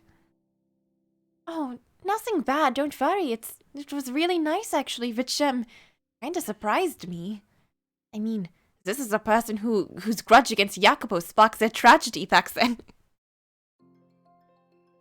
Maybe that part of her was just amplified by the mansion's curse. Under normal circumstances, she's more laid back about things. Thank you, Maria. It's like a huge weight has been lifted from my shoulders. Glad to hear it. Though if me rambling at you's enough to clear your mind, you must have not been worrying too hard to begin with. Maybe not. I guess I was just working myself up about things, making them seem bigger than they were. But there's one more problem I need to solve, and I would really, really appreciate it if you could help me with that. Huh? Me help you? With what? With starting up the cafe, if you wouldn't mind. I know it's completely out of the blue, but honestly, there is so much more I wouldn't even know where to begin with. It'd be really reassuring to have someone with lots of experience like you helping out. Ha! Now you've gone straight off the deep end. You're asking someone you just met the other day to start a business with you. There's reckless, and then there's this. Holy shit, my sides! Ha ha ha. Yeah, I should have seen that coming. I've known her for a long, long time, but as far as she's concerned, we've only just met. I'm sorry, I was being selfish. Pretend you didn't hear a thing. Hold up, I never said no, did I? What? Sure, why not? The universe put me here for some reason. If it means I don't have to go looking for a job, all the better. Yeah, same. You will? Really? I totally put you on the spot and I can't even promise anything will work out, you know. Are you really willing to put your trust in someone you just met the other day? You thought we were con artists or cultists last time. You're the one who asked me, don't go popping your own balloon. I'm in a betting mood today. My fate's in the universe's hands, so don't worry about me. I know I called you sketchy before, but my gut tells me I can trust you now. Feel like we've worked together somewhere before. Oh, what the hell am I even saying? Haha, that's silly, that's crazy, right? So that's the end of that. Nice working with your boss. Boss might be a little premature, but yes, it is nice to have you on board, Maria. I've never had to build a place from the ground up before. This should be fun. Oh, I'm sure you've never done that. That's crazy. It'll be a lot of work, but we can do it.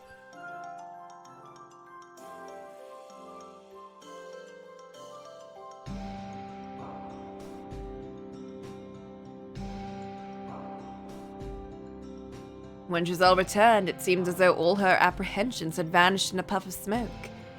She was set on moving forward with the cafe, and evidently she had also found someone to lend her a hand, Maria. I was more than a little curious as to how exactly the pieces fell in the way they did. Maria had just lost her job, though, so the arrangement worked out well for everyone involved. Then after Giselle had filled me in on everything on her end, I gave her an update of my own.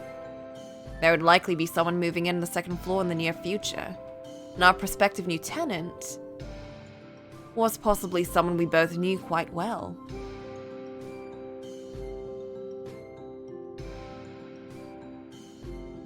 Giselle's weekdays from then on were spent scrambling to sort through the mountain of tasks that would be necessary for opening a new cafe.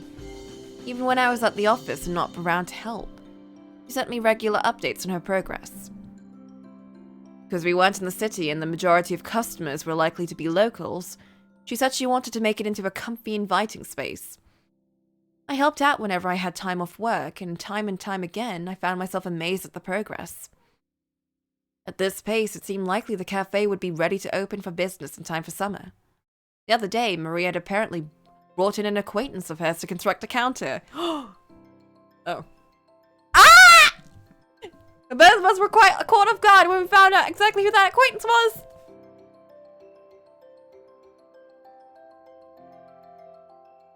Good morning, Maria. Morning, Giselle. I gave your address to the guy I was telling you about, so he should be here shortly. You make sure to work him to the bone. Oh no, I could never. I feel bad enough having him help in the first place. I really should be hiring a carpenter to take care of this sort of thing. What's the big deal? He says he loves building stuff and hard labor. What connections if not for using, especially at times like this? Well, if you insist. He never did tell me his name, but out of all Maria's acquaintances I know, I'm guessing it's Jacopo? Oh, never mind. It's what? Oh, she must know him through Pauline, because Pauline was her friend at the end of the main game, if I remember. Apologies. It took longer to get here than I'd hoped. What? It's you? Is she okay? She seems rather perturbed. I would be too. Yeah, don't worry about it. She gets kinda kooky sometimes. I see. It's a pleasure to meet you. I'm Yukimasa, Ida. Leave all the heavy lifting to me. That's what I'm here for. And if you need someone taken care of, you can ask me that too. Has he become less murderous? Let's find out.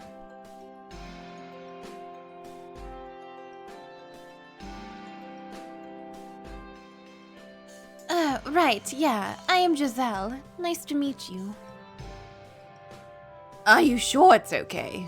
Oh, she's okay. I'm fine. She's not fine at all. How in the world did the two of them find each other? Why did Maria and Yukimasa end up friends?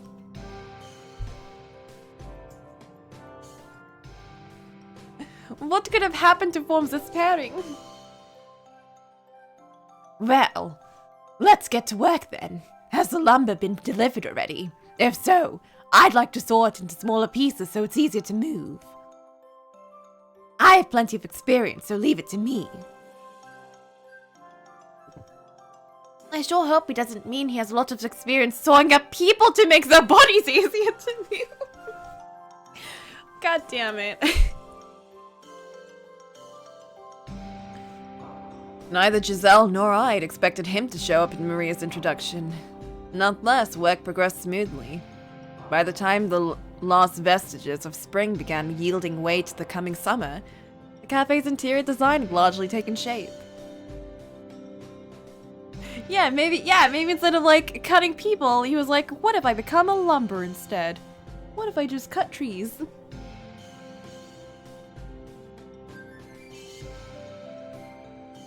He's got like a prized axe instead of a sword.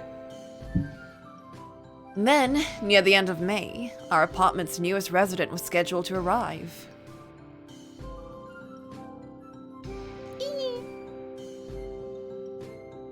We both took the day off, waiting impatiently for her to arrive. We prayed it would be the reunion we had long anticipated. Coming! I will be just a second. I'll get it. It's probably the new girl. We should both go out to greet her. Yep, you were right. It's our new neighbor. It's a pleasure to have you, and... We believed with all our souls that the world was filled with hope. We believed with all our souls that everything was better now, and that this was a wholly happy reunion. That we were all free of suffering and torment, tragedies a mere relic of the past. That we had all been given a completely fresh start. While that much was true, it also wasn't the full story. We only held a small fragment of it.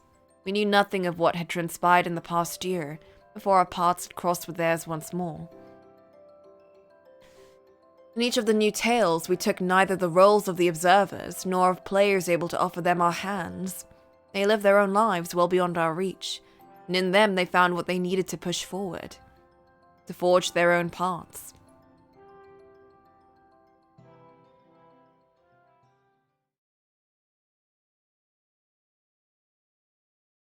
Oh? 1 year earlier? Oh my.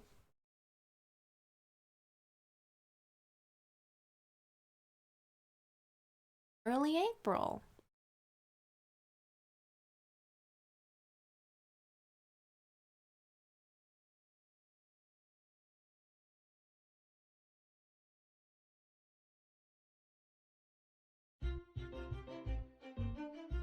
When you think of Paris, what comes to mind? Delicious French cuisine, fancy decorated sweets, trend-setting fashion. There's all that and more. It's like a treasure chest overflowing with priceless wonders. Did I miss anything? Oh, I guess there's lots of historical landmarks too, but I could care less about boring stuff like that. I didn't want to go to Is this Pauline? I didn't want to go to Paris to feel like I was at school. I wanted to be wowed. The Chateau de Versailles I would make an exception for, though. This was my first ever vacation without my mum, just me and my friends, and I wanted to have as much fun as I could. Is this Nelly? I wanted to go to a cafe. I wanted to get chocolate from a chocolatier. I wanted to use all the allowance I'd saved up to see a show at the Opera House. I had plans to keep me busy for days, and yet somehow... Oh my god. It's Nelly! Hey! Yo, I'm into that hair. Ah! Why did you have to run out of battery on me now, stupid phone? I was standing smack in the middle of... It's got such a deep inner... I was standing smack in the middle of a busy sidewalk all by myself. Of course today would be the day I leave my charger in the hotel. And I can't find my phone booth, any phone booths either. Not that I even remember any of their numbers. Ah! Why is it so much of a pain when your phone dies away from home? I was in Paris with a few of my friends for spring break, but we got separated and my phone was out of battery. I had no way of getting in touch with them.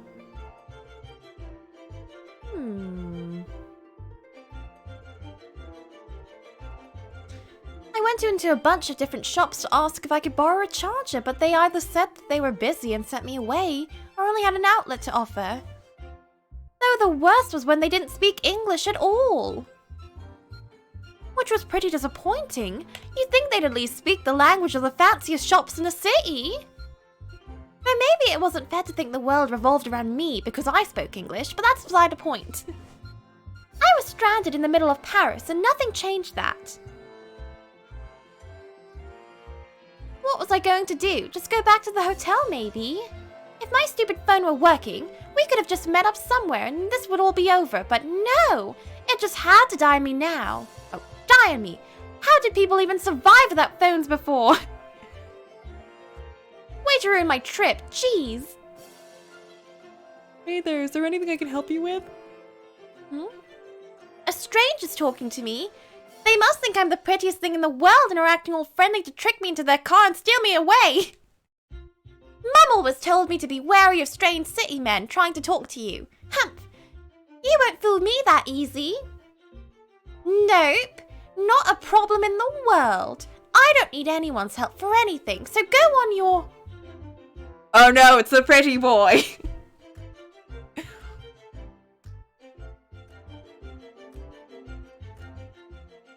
Okay, sorry to bother you. Have a nice... Ah! I need help! I need all the help in the world!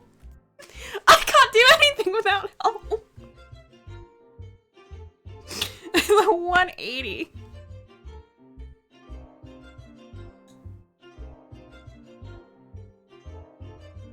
Yeah, now they aren't related.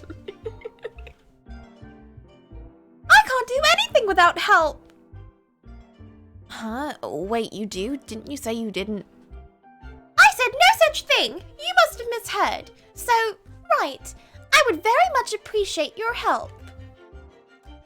Oh, okay.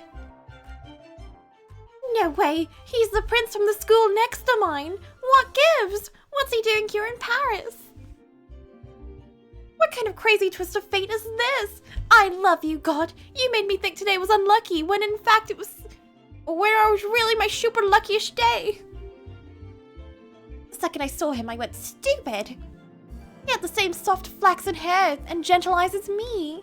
There was no way he wasn't my prince. Every day on my way home from school, I would try to find him.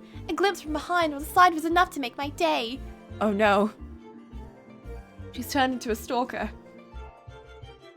I first caught sight of him just after I started secondary school. There was an event going on and... Okay, so they are from England. There was an event going on in a nearby school and I happened to see a bunch of guys leaving. There were so many of them, but my gaze still gravitated towards one in particular. Him. And from that moment, he was my prince. My friends made fun of me for having a prince at 14. We were practically adults by now. God damn. I didn't care what anyone said. He was my prince. And now, for some reason, he was here in Paris and not at school in London. This was a dream. I hoped I would never wake. Practically adults! Sure. I'm happy to help. Anything you need, just ask. Oh, he truly is a prince. Wait. Huh?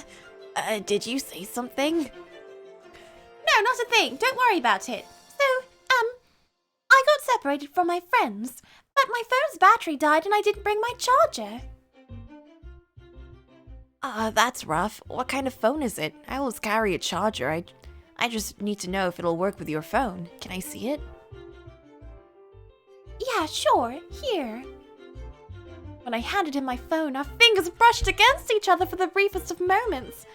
My face went red in an instant, and I could feel my heart pounding in the back of my throat.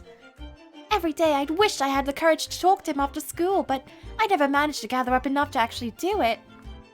Never in 1,000 years had I expected my dream to come true on this trip, and for it to be him who talked to me first. The longer I gazed at him, the more handsome he seemed, and he was super kind to boot, the very image of a prince. Oh, good. My charger should work with this. We should hopefully be able to turn it on once it's charged for a few minutes. Can I, have a little space? Oh no! I'm so sorry! Earth to Nelly, get your head out of the clouds! So you're Nelly then. That's a cute name. Cute! Oh no, he killed her. He just called me cute. I mean, yeah, I was cute, obviously, but hearing it from him was another thing completely. Are you alright? Your face is all red and you're trembling like crazy. Are you unwell? No. I've never felt better. I'm just, a little surprised, you know. I've had my eyes on you for so long, walking home from school every day. Huh? Oh, that makes makes it sound like I've been stalking you. No, I just mean I've seen you sometimes on the way home. Oh, I see. Well, imagine that. I've spotted you a few times myself. Something about you just caught my eye. What? Is he saying he fell in love with me at first sight and my love isn't unrequited? How long is this lucky streak going to last? Wait a minute. I don't mean that in a creepy way, I promise. It's just we have the same color hair. And I always get the strange feeling like we'd met somewhere before.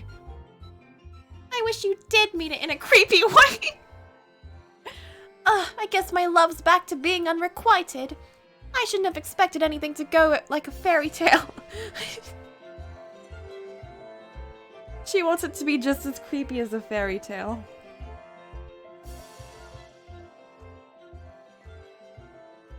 But he did know who I was. That alone pretty much makes it fate.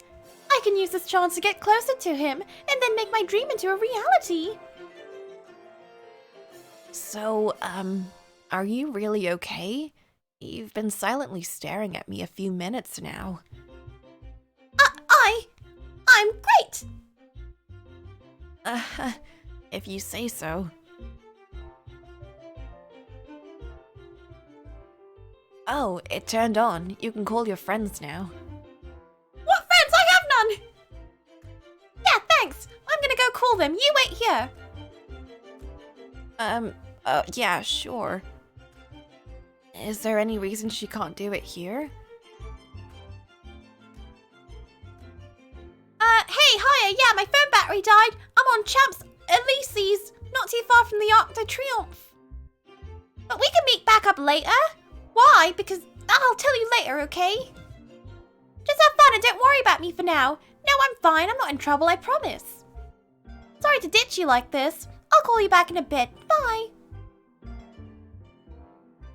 Oh, welcome back. Does it look like you'll be able to meet back up? Actually, it doesn't. They ended up going on a tour, so they're busy with that right now. And it's a pretty long one, too. So I'm stuck here all alone until it's done.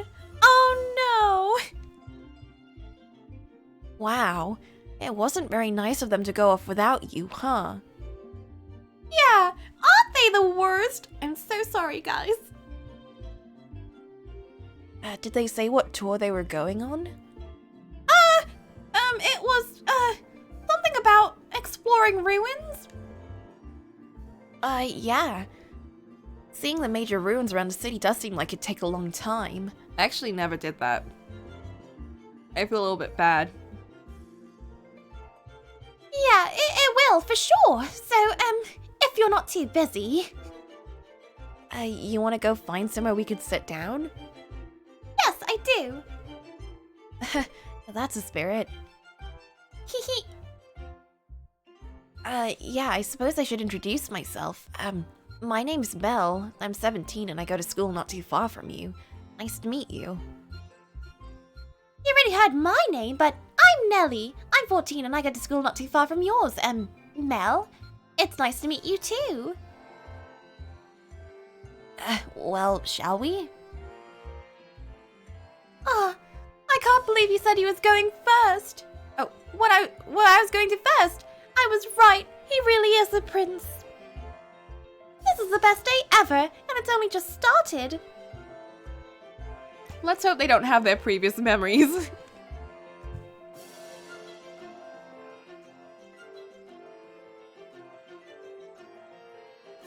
Hopefully not. Yeah, that would be a little bit awkward. Sorry to drag you so far out of the way. Everything's just so busy at this time of day. And anywhere that isn't packed isn't likely to let a couple of kids our age in. Oh no, not at all. I'm fine with anywhere. You don't have to go out of your way to look for somewhere nice. That makes things a lot easier, honestly. The girls in my class are all saying how you're only supposed to bring a girl to a nice, fancy place when you take her out. As much as I'd love to do that, it's a bit much to ask from a student, you know? Sorry, didn't mean to start complaining at you. Oh, don't be! I agree with you entirely. I'm not going to make you pay for me or anything either. I've got plenty of allowances saved up. We can go half and half. Are you sure about that? The girls in my class would have a coronary if they heard that. I'm not one of those old-fashioned girls who think it's a guy's responsibility to do everything. Though if it were any other guy, I'd be in total disagreement with his classmates. I really appreciate it, but at least let me take a bigger portion. I am older and I have a job, even if it's part-time. Oh, you do? Well, in that case, what do you do for work? I'm sure his job is as lovely as him. A waiter at a 3-star restaurant, perhaps. I work at an antique store. It's nice because it's so laid back. Wow. What? That's not what I expected. That's actually kind of interesting. It's certainly unique. I was expecting, I work at like a petrol station. I'm like a gas attendant or something like that. It's certainly unique, which is good. Yeah. Thanks. Hey, I think I see a cafe down there in the alley. That sign there looks the part. You see it? Oh yeah, I do. It does look like one. I wonder if they get much traffic that far out of the way. Who knows? It could turn out to be a buried treasure. Let's check it out.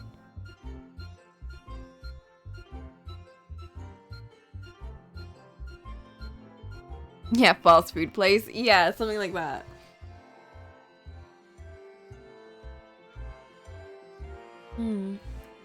This is less buried treasure. And more just plain buried. Sign says open, but it looks dead. We stood before a lonely, weathered cafe. It was so sad I wasn't sure if it could even be called a cafe anymore. It seemed like someone kept it clean at least, but it still looked like it could fall down at any second. Even the windows had turned cloudy. I hesitantly peeked through, and inside I saw a young waitress gazing off into space. Alarm bells were going off in my head, and under any other circumstances, I would have turned back and gone somewhere else right then and there. It did have one thing going for it. There were no customers at all. It would be beyond impossible to find any other establishment in Paris as empty as this one. Maybe we should look for another place. As quiet as it looks, I'm sure he didn't come all this way to Paris to go to a place like this. I don't know. I think I'm okay with this. It could still turn out to be terrible, but at the same time, you're probably not going to find anything else like this in Paris. Wow. Alright, you're a lot more adventurous than I am. I'm not sure if adventurous is the right word. What would he think if I said it was because I really just wanted to be alone with him? Me too, my dearest Nellie, he whispers into my ear as he lights another candle, brushing aside my hair with the back of his hand. It's because I just, I really wanted to be alone with, wait. Hey Nellie, don't just stare at it, let's go inside. What? Hey, wait for me!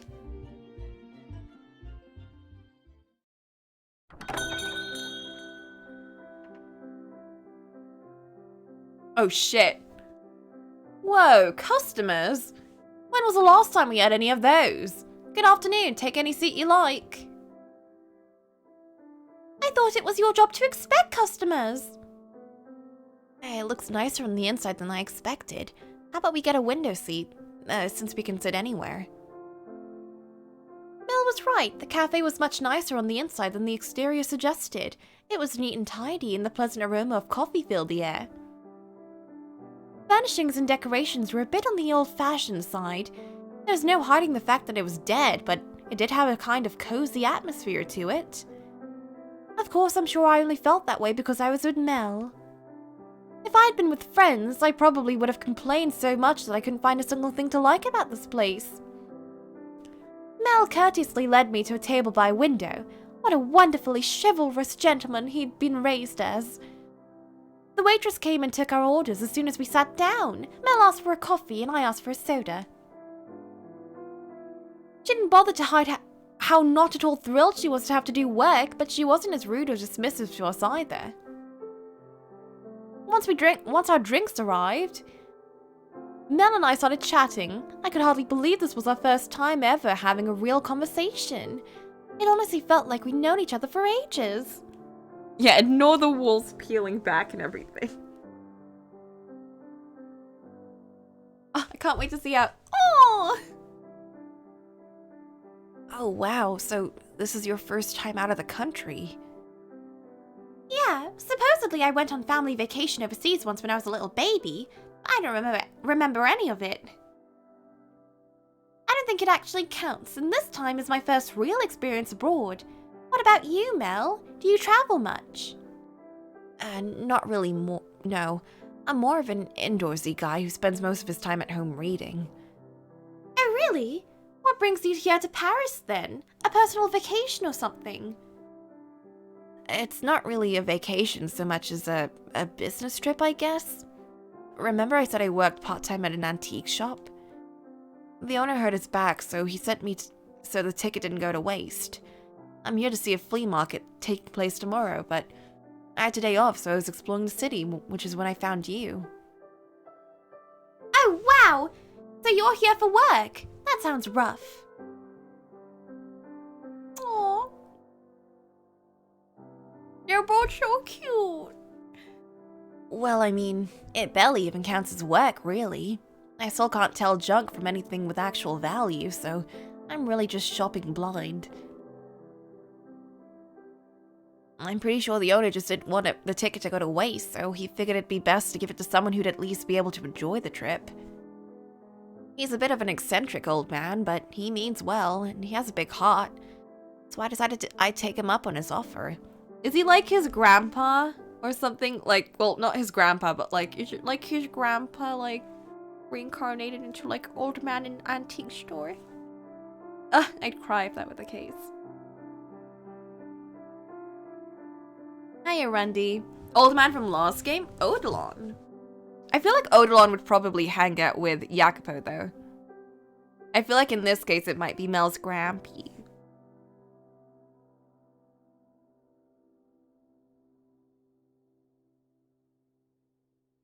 It's not every day a free trip to Paris literally falls into your lap like that, you know?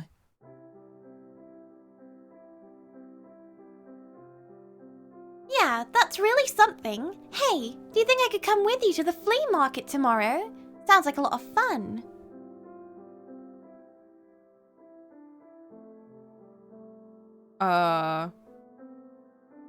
Hello, Randy?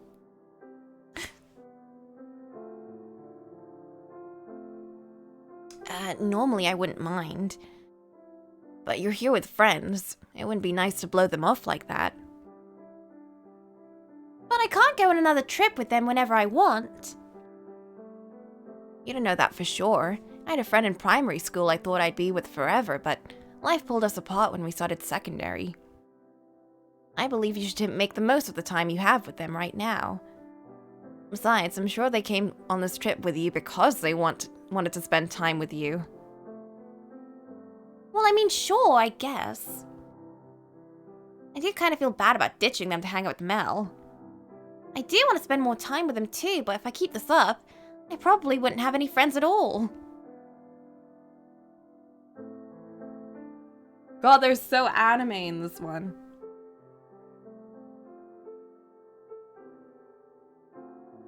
But I want to make the most of meeting you too, Mel.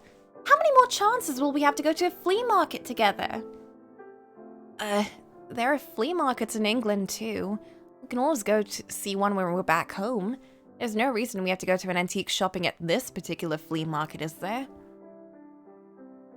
You got all the Kingdom Hearts games on sale? Nice! You've got a journey ready for you.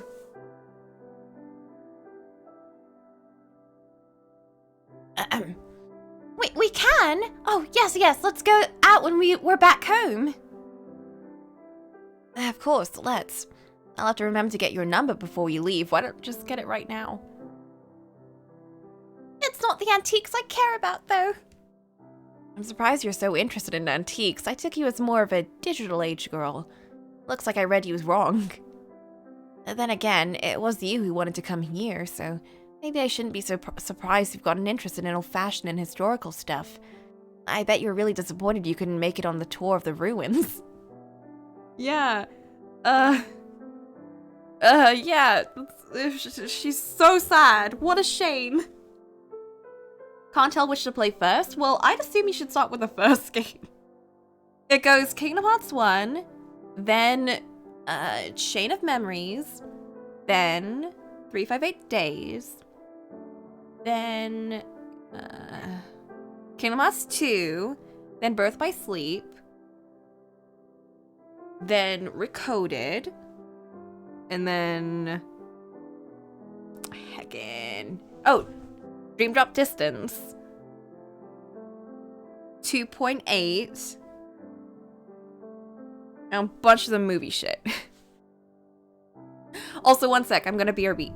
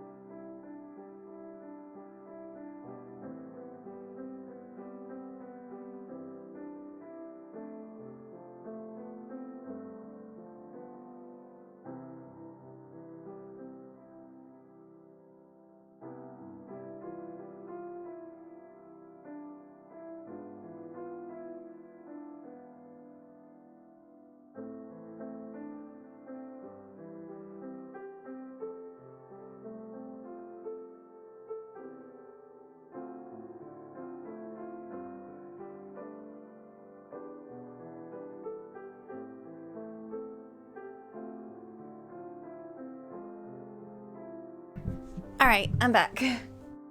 Alright, let's see this dilemma. You had the first one when you were a kid, so I'm not sure you should go to Chain of Memories. I will say, I played the first game again, just so I would remember. But, it's very clunky. It's much more clunkier than the other games. It's still a lot of fun, because I played it first, so I didn't have the experience of playing the other games, which are a lot more, polished. But other than that, I feel like the first and second game are honestly one of the more iffy ones for me. I know a lot of people really love the gameplay in the second game, though, so I could be completely wrong. This is just me. But yeah, you could just watch, like, a story recap if you want for the first game. But keep in mind, the first game also has, like, the... I guess it's like they weren't really preparing for the story that comes later with the first game, and then it just kind of devolves from there. So, I don't know. You could play the first one. Also, keep in mind, Chain of Memories is something. Chain of Memories is a game. And maybe you should play it? I'd recommend giving them all a shot, and if you're like, oof, this game is something, I think I might rather want to maybe watch a recap of it or something. I played all of them in their entirety, so... I can say this. I can say this now. I can give advice to people. But I think there's a lot of really fun ones to come. Like my favorite one, Dream Drop Distance. I'm excited for people that want to go on this journey too. But speaking of journeys... Oh, you think the Chronicle order is Union X, Birth by Sleep? Don't play in Chronicle order.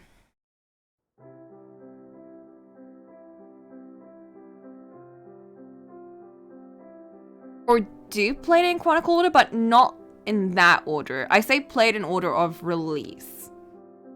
Except, Chain of Memories and 3058 Days. I think you should experience those two before 2. But I think you should do Birth by Sleep after 2.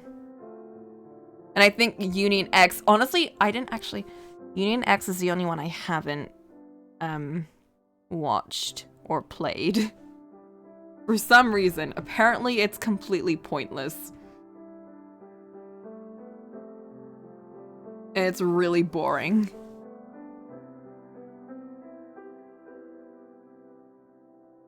But yeah. I think you should honestly just start with 1. And if you have the collection on the PS4, right, which I think that's what you said you have, the order that the games are listed are essentially the order that you're recommended to play it in by everyone. But I recommend just following that. That's what I did.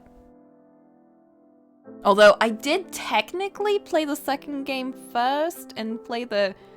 play 358 Days and then play 1. But I also forgot 1, so that's why I technically consider the other 2 played first. It's fine, don't worry about it.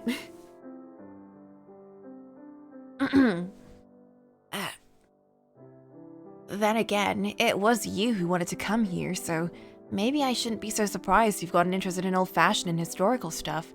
Bet you were really disappointed you couldn't make it on the tour of the ruins. Ruins? Oh, right, yeah. Terrible shame. History is my favorite class in school, so I was really looking forward to it. Oh, that was close. I totally forgot what my part of the story. I hate history class. I'm a huge history nerd too. It's amazing to think about all those wars from so long ago. Empires rising and falling, borders shifting, and how it all somehow leads up to this very moment. It's sort of, I don't know, humbling, I guess. Like, it's our foundation and we're part of it. So, what's your favorite era from history? What era? I think if I had to choose one, it would have to be Marie Antoinette's era. Oh, Unbelievable! God damn it. Oh no, Chan Sung-gi has entered. Hiya, Phoenix. You're here for all your cutie patootie moments. The French Revolution. It was a very turbulent time and the basis for a lot of books and movies, so I can understand why so many people gravitate towards it. Yeah, it's great. Really very, you know, big and big. Have you been to the Place de la Concorde yet?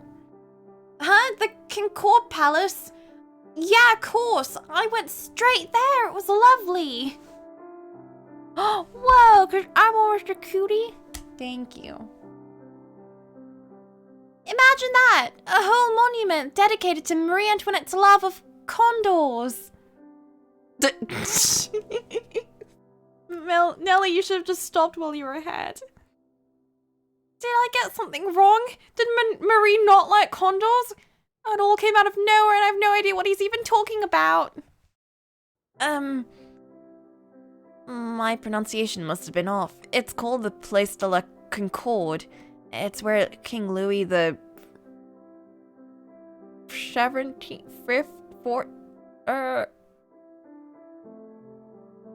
16th was executed by guillotine. It took me a second because I was like, wait, XIV is 14. You put the 1 ahead of that. That's 16.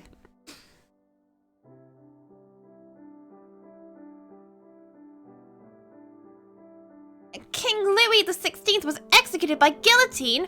What? Spoiler alert! Haha. Are you really a history fan? But enough about that! I'd rather talk about TV if you're interested. Sure, I don't mind. Oof!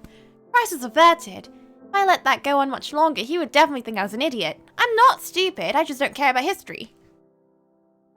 My marks in music are great, but what if what he was talking about is supposed to be common knowledge? Maybe I should try a little harder in history. What kind of TV are you into, Mel? To tell you the truth, I don't much watch TV. Oh, but there's this one cartoon I'm a big fan of, at the risk of sounding kiddie. It's called Caterwallop, and it's about this cat that solves every problem by punching it. It's really rather amusing.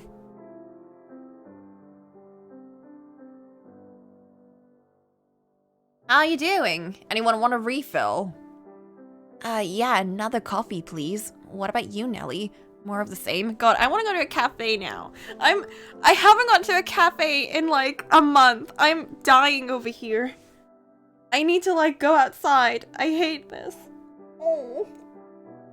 I don't want to order coffee or tea or boba or anything. I haven't had boba in forever.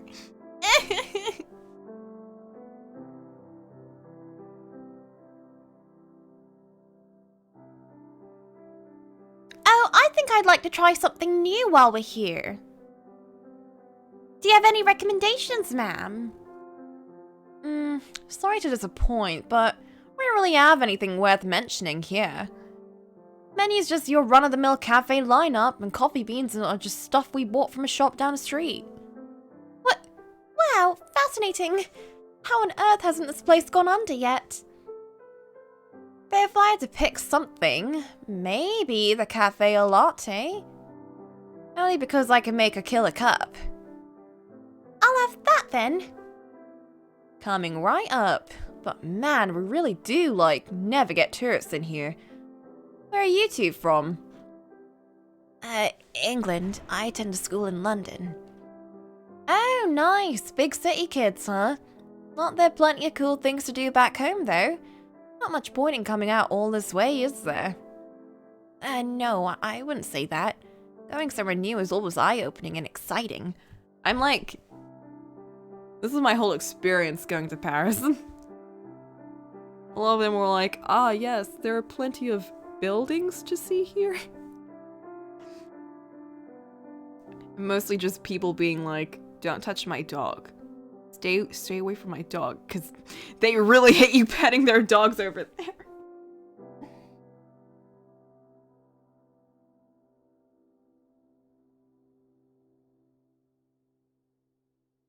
Have you ever been to England? Just once, forever ago. I used to go backpacking all over the place. Spent a little time there. Everything's expensive as hell and the food tastes like boiled ass, so I bailed pretty quickly.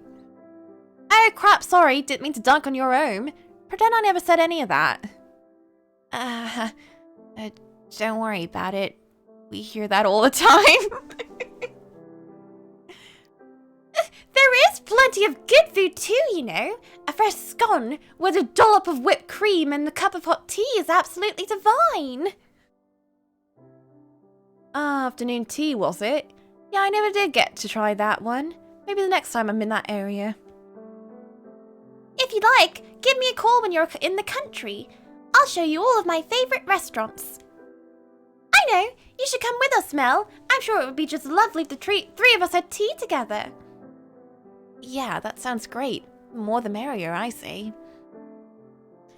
You're not just saying that to be polite, are you? 'Cause yeah, I'd totally be down. I'll give you my number later. Alright, well, I'll be back. I've got some beans to brew. Sorry for butting in your little sibling vacation time. Oops. That's something I never got to experience myself, so... Hope you enjoy the rest of your trip! Oops. She... thinks we're siblings? I thought anyone would assume we were on a date! Is that what you want people to think, Nelly? well, you know. I'm teasing. Only just met after all. We're barely acquaintances.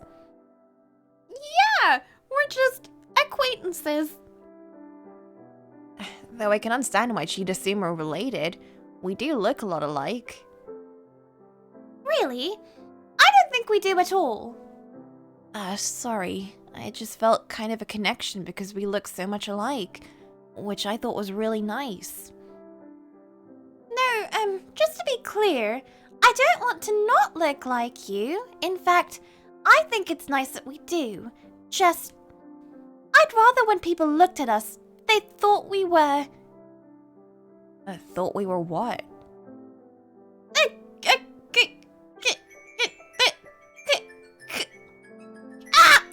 Oh my god, her tune is chipping in.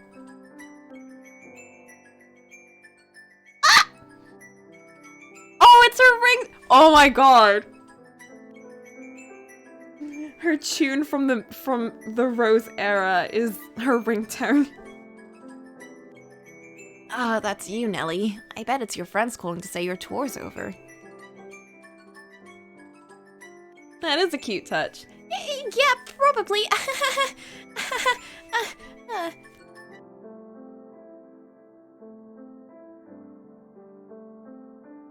It really was my friends calling, and since I had answered with Mel sitting across from me, I couldn't lie to them anymore. Which meant I had to meet back up with them in the end of my time with Mel. I wish I could stay longer, but sadly that was life. We exchanged phone numbers before leaving though, so it wasn't like my last chance to ever see him. I was looking forward to going back to England much more now. Which was especially funny considering when we landed here, me and my friends were all chattering about how we wish we could live in Paris. Now my beloved London was where I wanted to be the most.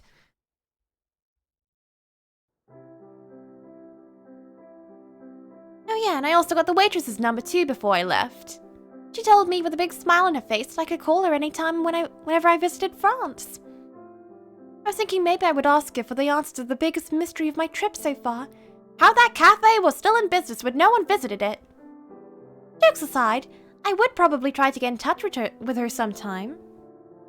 She was a very friendly woman, not afraid to speak her mind, and I thought we would get along wonderfully. Also, she spoke English, that was kind of weird.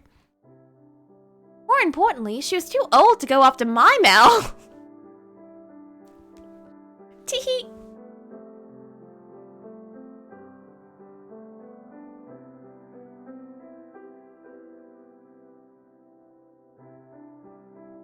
Oh, you're all getting along, my heart. Well, I guess this is farewell for now, Nelly. Glad I ran into you, and I hope you enjoy the rest of your trip. Me too, Mel. I'll text you whenever I've got time, okay?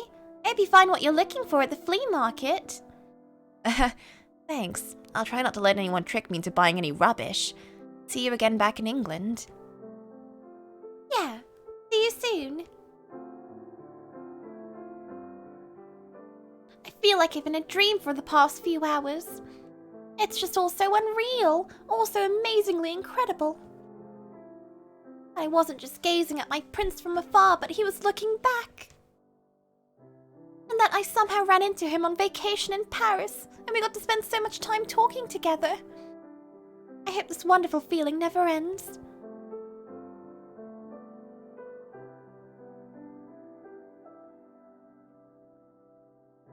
I managed to meet back up with my friends, but my head was still stuck in the clouds the rest of the day. We went to a lovely cafe together, we got chocolate from the chocolatier together, we did everything I wanted to do in Paris. All the pretty sights and fancy shops melted away for that one quiet cafe burning into my memory. And his smile and profile as he gazed out the window.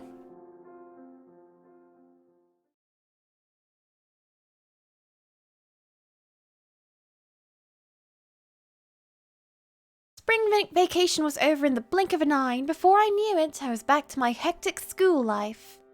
Cue her running with toast in her mouth. Oh no, I'm late to school!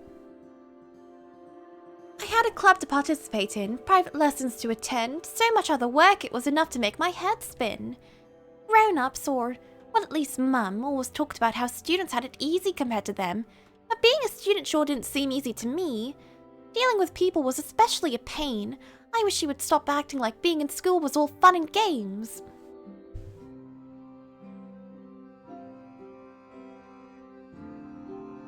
That said, things had been going amazingly well for me recently. I really couldn't blame her for thinking that.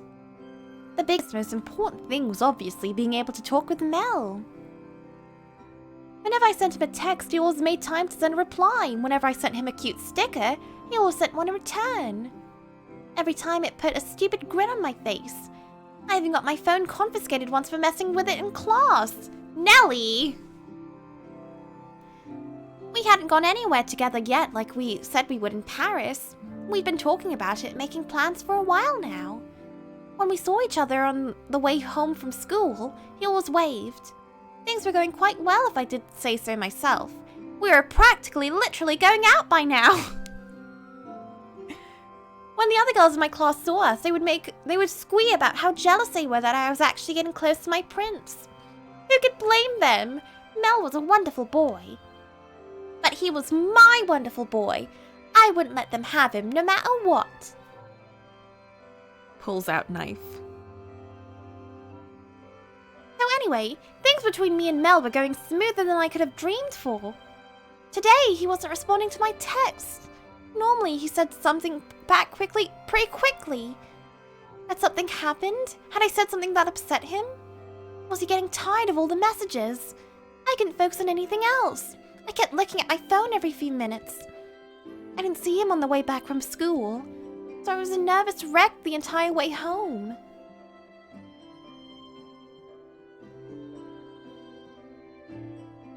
I'm back. What's this? 2 pairs of men's shoes? Do we have company? I wonder whose they could be.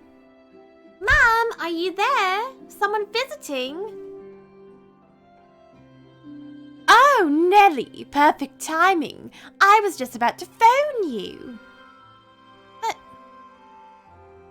I walked into the living room and Mum was standing there waiting with a big smile on her face. It had been a while since I'd seen her in such high spirits. Behind her, I could see 2 figures. One was a man I didn't recognize, and the other... Oh no, don't tell me they're long-lost siblings. No! Ruined. What? Was the prince I hadn't heard from all day? Nelly, what are you doing here? That's my question. What are you doing in my house, Mel? What's going on here? Oh my, you two already know each other then. That will make this go so much quicker. Your mummy's getting remarried now!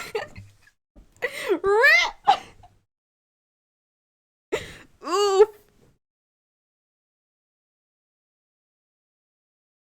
This is like one of those shoujo novels where you're like, oh my, I fell in love with this boy, ooh woo. And then like they go home and their mom's like, oh honey, we got remarried. And then he's like her new brother and then they have to hang out. And they're like, oh, this is weird. So many of those trashy novels. I can't believe their story is just a trashy novel. Mummy's getting remarried.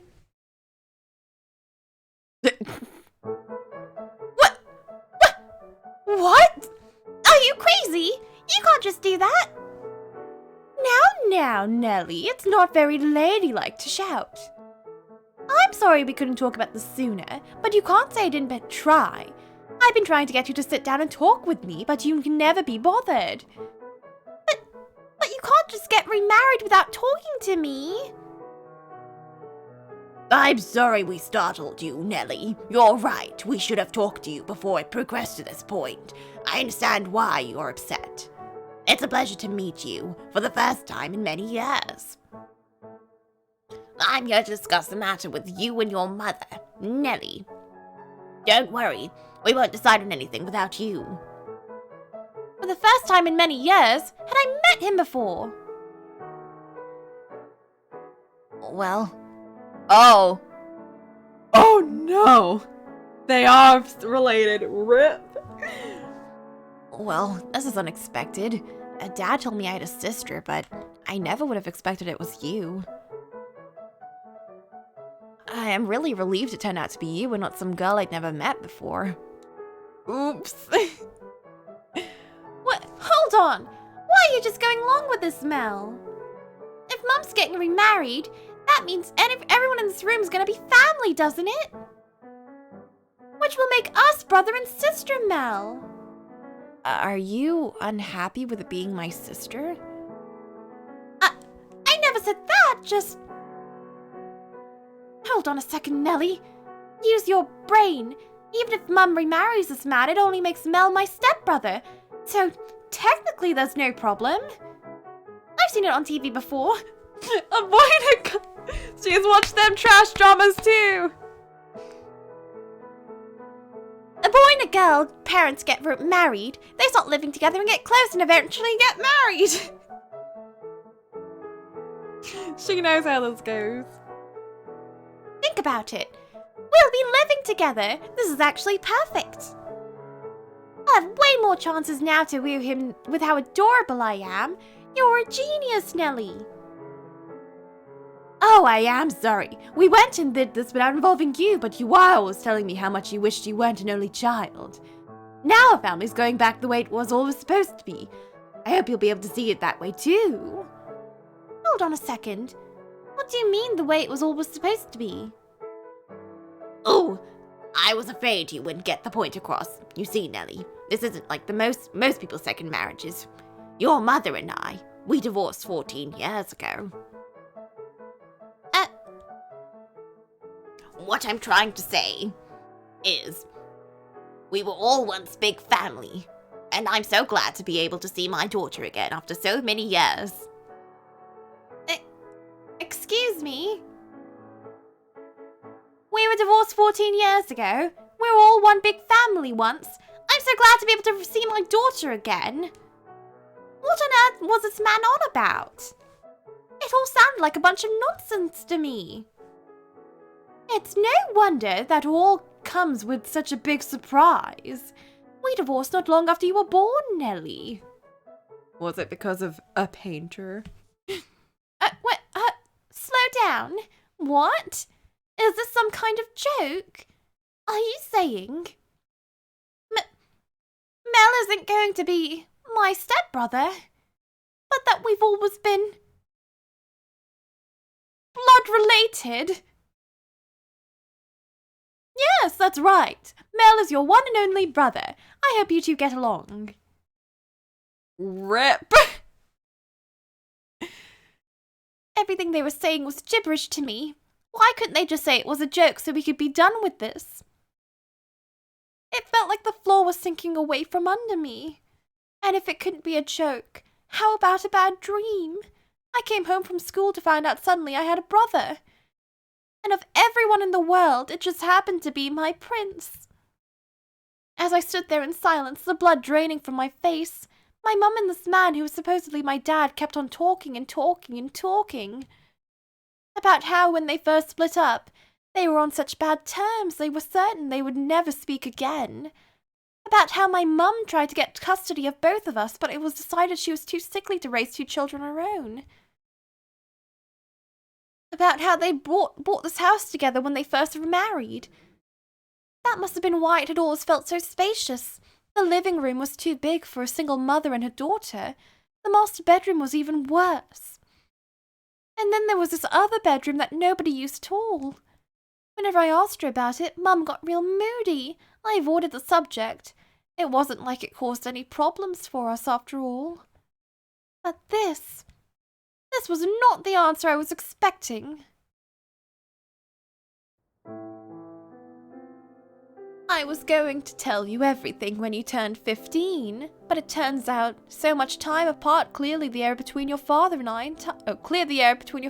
entirely. We started seeing each other again recently. It was like all our problems had just vanished. We were chatting away like best friends before I even knew it. Before long, we started talking about giving things another try. What do you think, Nellie? Would you be okay with us living here with you?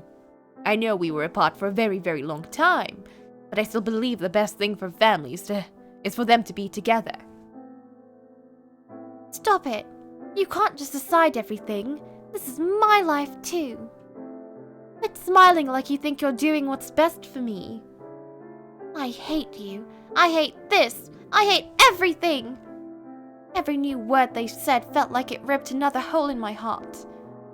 Were they monsters? Did they not realize they were ruining everything? Taking away everything that made me happy. What do I think? I wanted to say I think it's the worst idea in the world, but I bit my tongue. Yes, I was still shaken by all this new information. And yes, I was still angry about them doing this behind my back. That was all irrelevant in the face of a fact. Mel was my actual blood-related big brother. Even if I opposed their marriage and stopped them from moving in, it wouldn't change anything. There was nothing I could fix. Are we absolutely 100% really blood-related siblings? There could be some kind of mix-up, could there?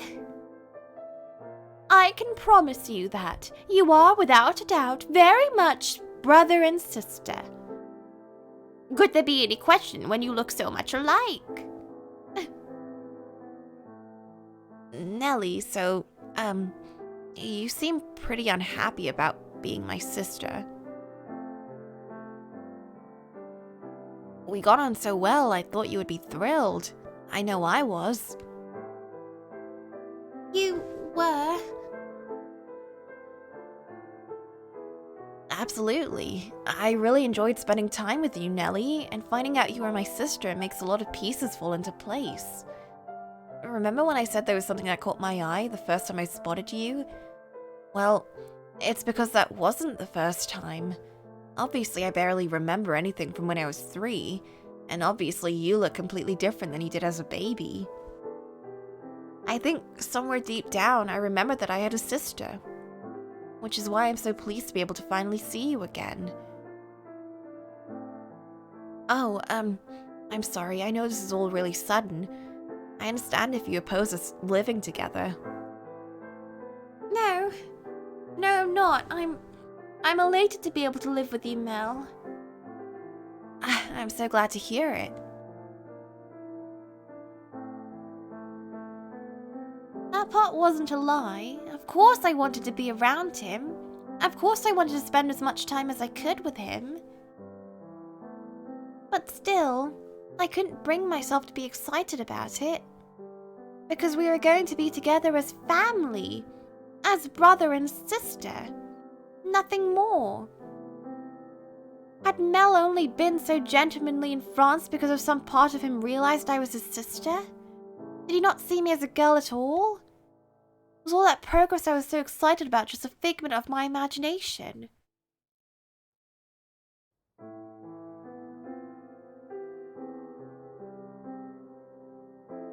Afterwards, I just spaced out.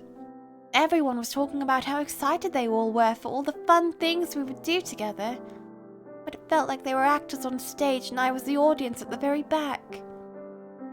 They tried to cheer me up, tried to say I could tell them anything. But no, I couldn't. I could never tell them what was really troubling me. Besides, they seemed to be enjoying themselves just fine without me. I couldn't barge in and say, no, I don't want us to be a family. I could read the room well enough to realize that. Mum was always telling me I was spoilt and self-centered. The truth was I held myself back plenty. We had supper together that night and then Mel and his dad went back to their house. Mum tried to get them to stay the night, but his dad turned her down, saying I probably needed time to process everything. He was right! I was on the verge of breaking down already. If Mel was to stay the night, I probably would have snapped. Maybe his dad could see the smile I was putting on was fake. Then when they were gone, Mum started acting really let down. After seeing her like that, I almost blew up at her. Whose fault did she think this was anyway? Why was she acting like I was the one being unreasonable? Maybe she should look in a mirror. I bit my tongue before I started lashing out at her. It was easy to get upset at her. As far as I was concerned, I had every right to be. The problem was, yelling at her wouldn't solve everything, or anything. I could yell and shout and scream until my throat went raw. It wouldn't do anything to soothe my aching heart. I could run away in a fit of rage and it still wouldn't change a thing. It would be anger for its own sake. It would wear me thin. There was no solution. My only choice was to face reality.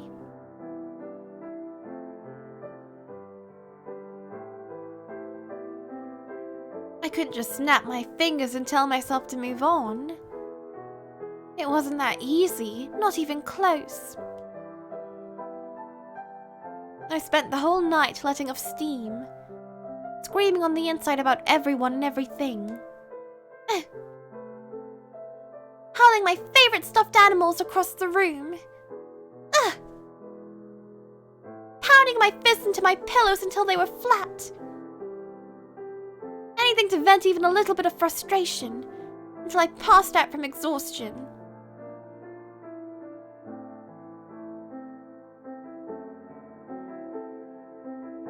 When I woke up the next morning, my face was covered in dried streaks of tears.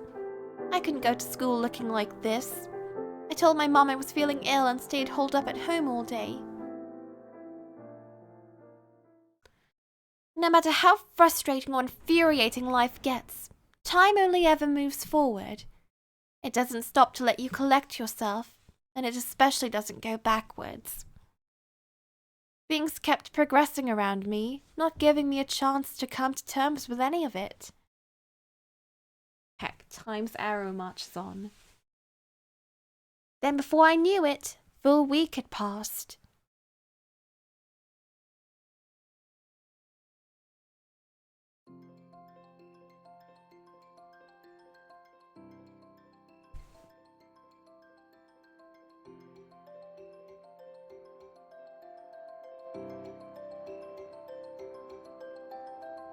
Poor Nelly, but I believe. Yeah, she'll get through this. And then she moves to France.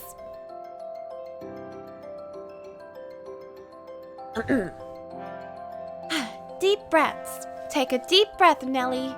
Act normal. Act like everything's okay. You're family now. You're a sister, Nelly. His sister.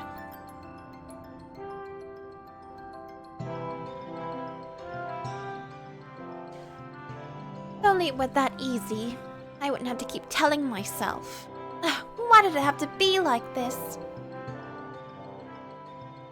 I've watched him through the classroom window every day, and now... I've been blue all week long. 7 chaotic days was all it took for my mum and Mel's dad to finalize their remarriage. I didn't raise any objections, so everything rushed along unhindered. They filed all the paperwork, and now we were officially a family, though it didn't feel like it one bit. Officially a family again, I guess. It was decided that we would all be living together.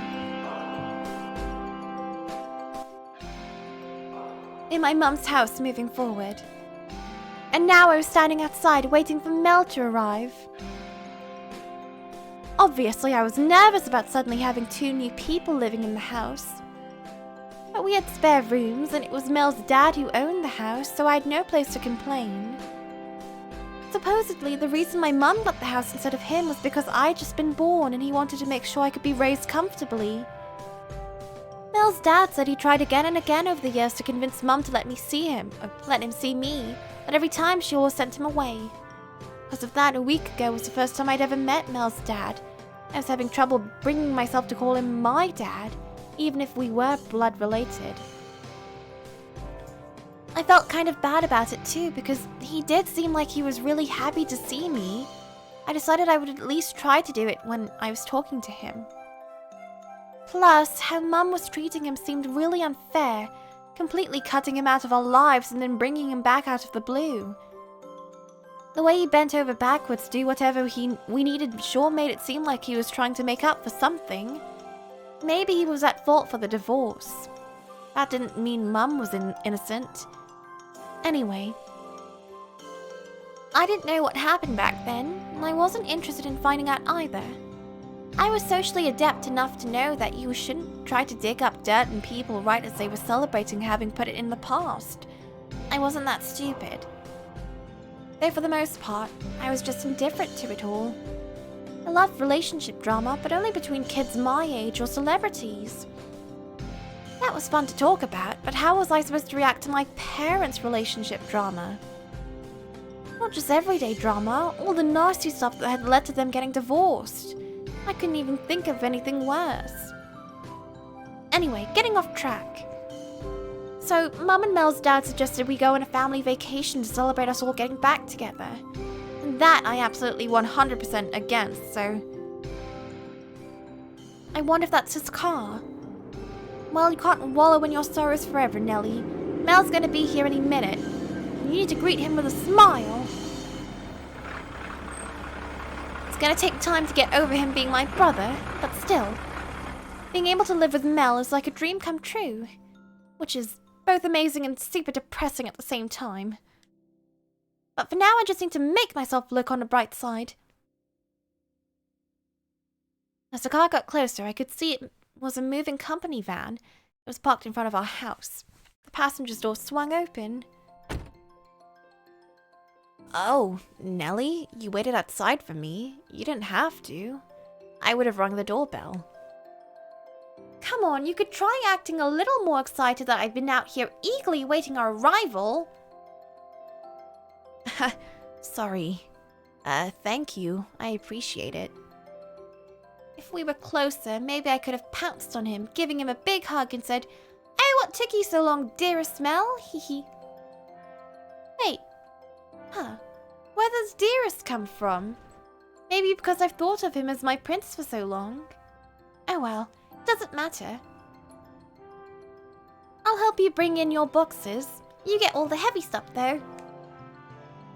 Thanks. The movers are going to bring everything to my room, so if you could unpack stuff with me, that would be a huge help. All right. I'm an unpacking pro. I never moved in my life, so it was kind of mesmerizing watching the moving men carry all Mel's boxes in. It sure didn't seem like he had all that much stuff, though. Was it normal to only need a handful of boxes when moving? Or was Mel just super good at packing?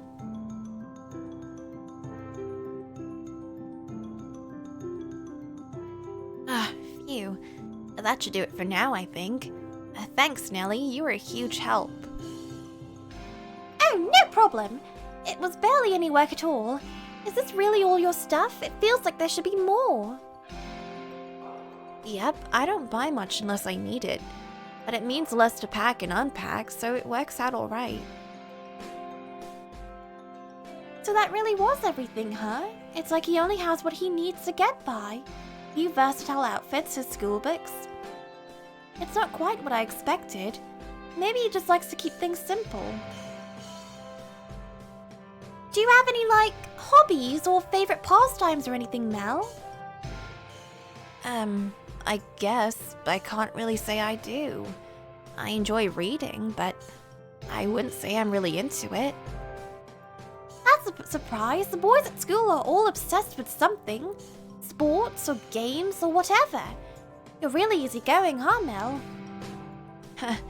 It's not that I'm really easygoing, it's more that well, never mind. What about you, Nellie? Me? Oh, I love music. I sing a lot myself, and I like going to see my favorite artists live. Oh, I'm interested in opera, too. Wow, opera? That's rather sophisticated for 14. My mum's a big fan, so she took me a bunch when I was little. Recently, I've come to appreciate it more, I suppose. Oh, wow. That's impressive. Am I imagining it, or does he not sound very impressed? He stopped himself from saying something earlier, too. Oh, so, what do you want to do today? almost forgot. Mel had moved in without his father today because he and Mum were on vacation together. It was originally planned to be a family trip as mentioned earlier, but I was having trouble enough coming to terms with things as is, so I said I didn't want to go. When I wouldn't budge, they decided they would just cancel the trip instead. Which also made me feel bad because there I was again, going around and ruining their plans because I was a self-centered brat. At which point, Mel threw me a lifeline. I know. You two can go by yourself. I'm sure you have plenty to catch up on. Think of it as a second honeymoon. Yeah, I think Mel didn't have as many things to do because of... Maybe his dad was like...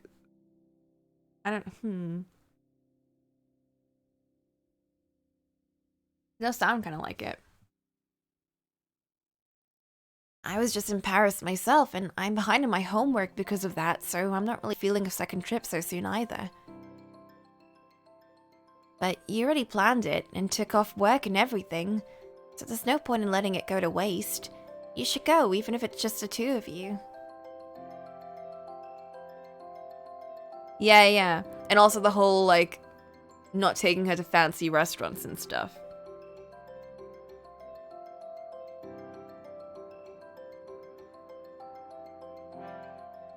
This way, no one has to worry about stepping on each other's toes.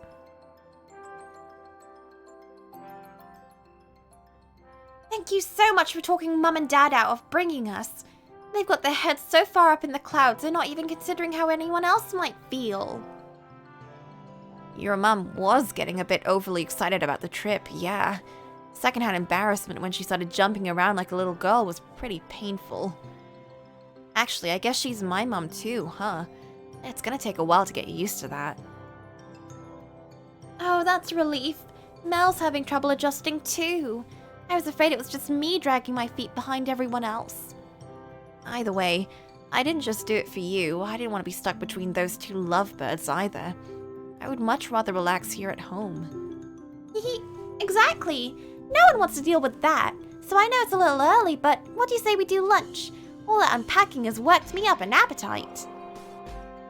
Ah, yeah, that sounds great. What kind of lunch are you thinking? Are you planning to make? I'm gonna order pizza, duh! Oof. Every time I ask, Mum's like, I'm not letting you eat that filth, absolutely not! But it's not like all the fried food she makes is any better. In fact, pizza is healthy compared to that. I feel like I'm an idiot for getting my hopes up for a whole home-cooked meal from a younger girl. Out of curiosity, can you cook, Nelly? Never even tried. Nelly, you need to watch more K-drama. Gotta learn how to do that cooking bits. Not even in home ec? That doesn't count. I burned everything I touched anyway. That's impressive in its own way. Oh, but I do bake sometimes. I know. I'll make you a bunch of treats. Tomorrow I'll make cookies. The next day chocolate cake and custard next. I could eat sweets all day long. But that's definitely not good for you, Nelly. Looks like I'm handling all the cooking. Whew, thank God. Oh, it's already here. Pizza delivery super fast, huh? I'll get it. Let's see, the money was in the drawer, right? Can you set the table, Nelly? I'm on it. La la la. I think I'll put out the nice tablecloth for when we have guests.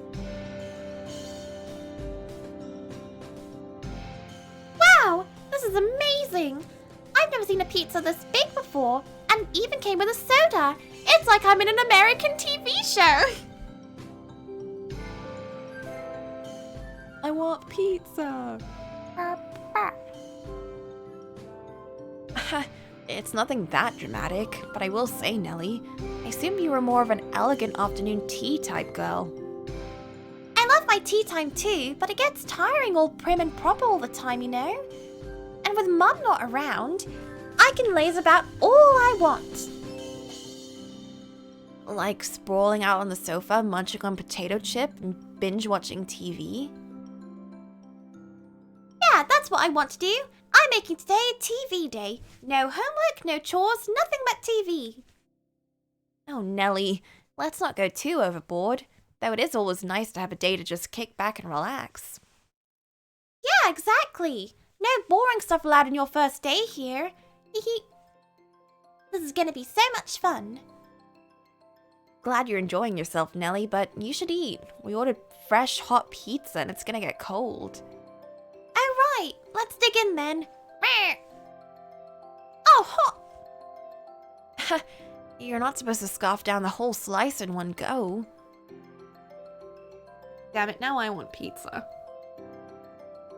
We continued chatting about whatever came to mind of the freshly delivered pizza. An endless stream of laughter made even the run-of-the-mill pizza taste better than a proper home-cooked meal. Better than a meal at a high-class restaurant, even. My phone buzzed. Seemed like Mum and Mel's dad were having lunch now, too. She wanted to know if we were eating properly, if anything had happened, if we were doing all right. She said she felt bad about leaving us behind.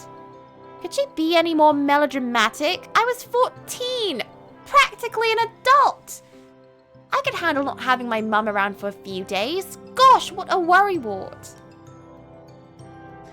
I really wanted to reply saying, we're having lunch now and it's much more fun than your dumb vacation would have been. But I decided Mum probably wouldn't take it very well. So I went with a simple doing perfectly fine, enjoy your trip.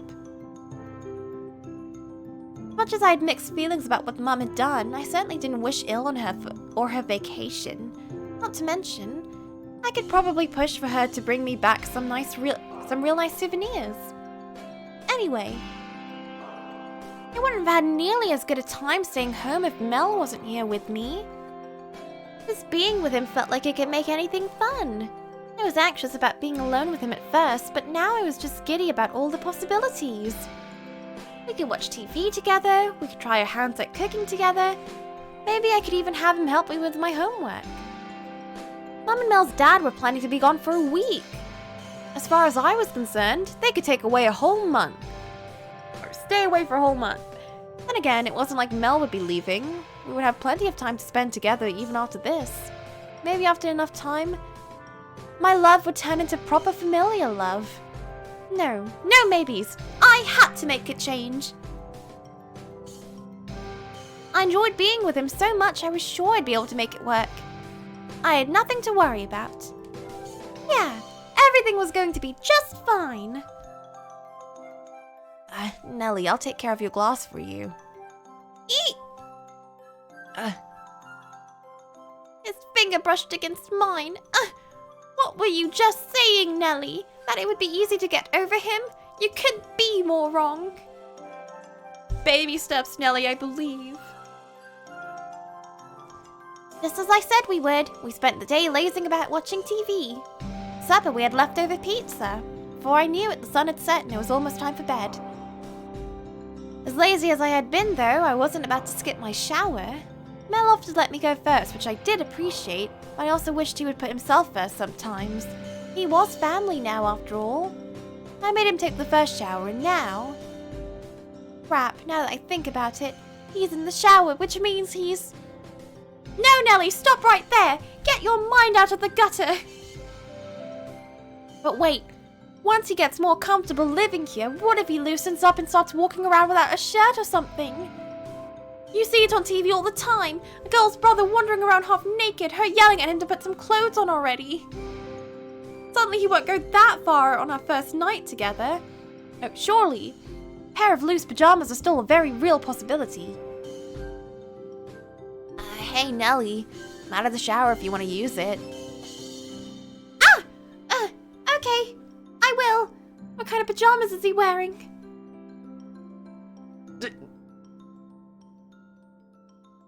What is that? Oh, it's Catawallop! Because he loves that show. Oh, it's so cute.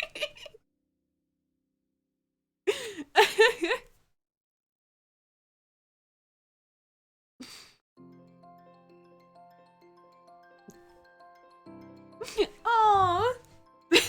she's gonna be put off by him soon enough. He's like a nerd that reads books. He likes Catawallop.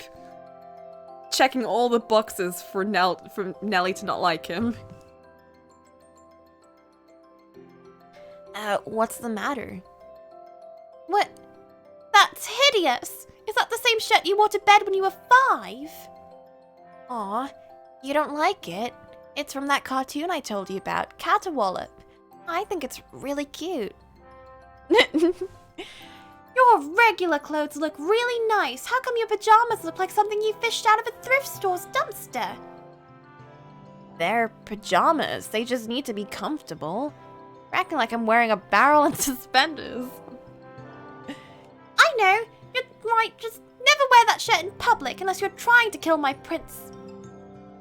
That's a bit dramatic. What do you mean, kill your prince? Don't worry about it. I'm gonna go take a shower now. I'm gonna wash up all of this disappointment. I wasn't thinking and changed into my usual nightgown. Now I'm starting to wonder if maybe it's too risque. There weren't any boys here before. I wanted to feel a little bit more grown up, which is why I went for this one, but... What is this anime like? Blood related or not, I think this crosses the line. He is still a guy, and we were separated at birth after all. It's too late. Girls on American TV wear things even bolder than this, so maybe it's... you're already done, Nelly? That's a surprise. I thought girls took really long showers. Mel! Sorry. Didn't mean to startle you. I was just gonna go get some water before bed and I saw you there. Oh, were you? Well, it's getting late, so I'm heading to bed. We'll have to get back to that show some other time. Good night, Nelly. Right, night. Not a word about the nightgown. Hold on, before you go.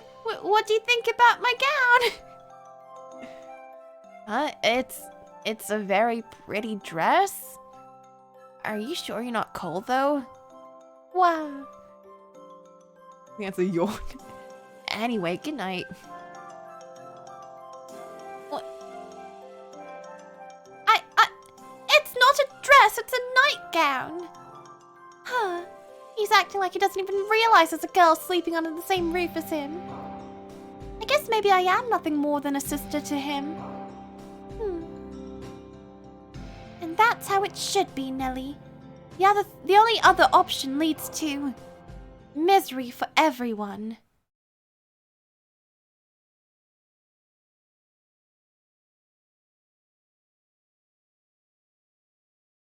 It's certainly a much nicer room than I used to have, but is it really worth it? Although it's not like I'll have to put up with playing family for long. I graduate in a year, then I'm out of here. What I didn't anticipate, though, was Nelly fawning over me this much. Of course, she only likes the Mel that she can see on the surface.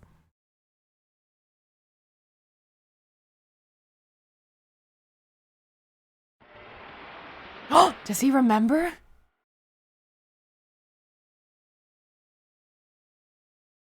Tell me something, Mel. Who's the girl you care most about? I presume you've been here long enough that you remember the era of roses. Hehe. Do you remember what you said to your dear sister? You called her disgusting. You pushed her away. You were a terrible brother and person. I can't stop laughing when someone like you starts going on about how much you care, how important this or that person is to you. Empty, superficial, meaningless words. I love it.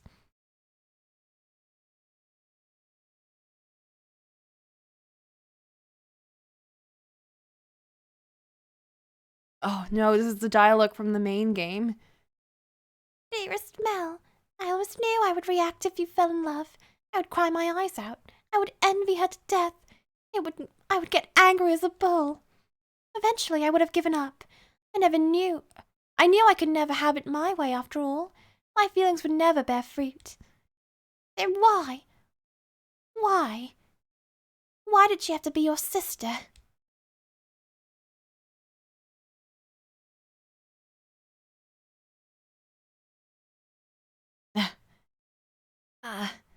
What was that dream? It felt so strangely real. There was a girl going on and on about how much she despised me, and another one crying like she was in pain. I don't know anything about either of them, but for whatever reason, even that ignorance feels irredeemable. The second girl, she sounded like Nellie. It was just a dream. Don't think too hard about it. We've been apart our whole lives anyway, and she definitely doesn't call me dearest. Maybe the dream's my mind telling me I care for her more than I realize. I do enjoy spending time with her. I'm glad to have her as my sister, but... Anyway, it's just a dream. Back to sleep. You know, there is something oddly sentimental about sleepless nights like this.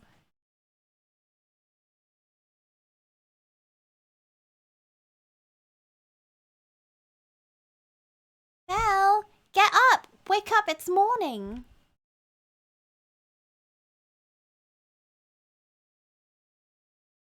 Wakey, wakey! It's morning!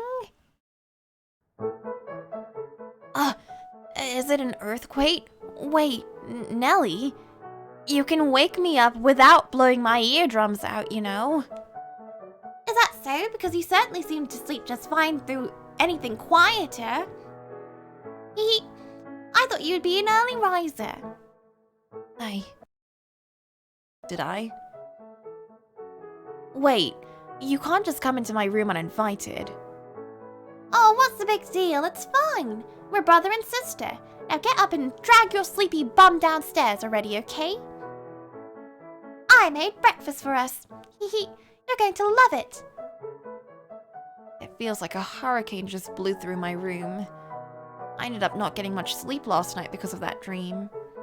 Which was strange, since normally I didn't really have any trouble sleeping, even in unfamiliar environments. Anyway, I needed to get changed and head down to the living room quickly. If I dawdled for too long, Hurricane Nellie might decide to come back around for a second visit. I've been planning to make breakfast for both of us, so I wasn't sure how to feel about her having beaten me to the punch. It would be fine, right? Right?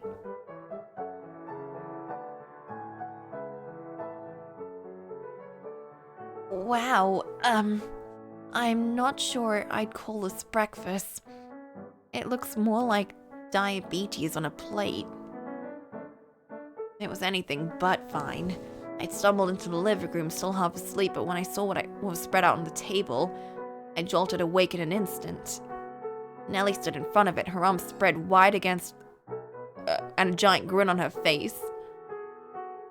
Some kind of freshly baked pastries drenched in chocolate, decorated with whipped cream and sprinkles. And, inexplicably, with a candle sticking out of each one. My mind would have preferred to believe this a continuation of my nightmare. Frame drops? According to my thing, there aren't any.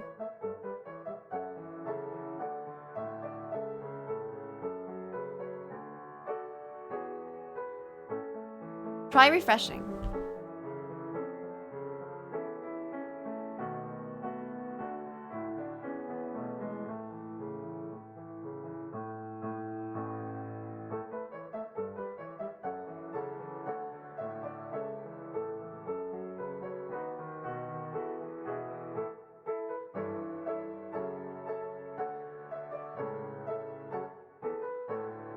Actually, I'm gonna BRB. One sec.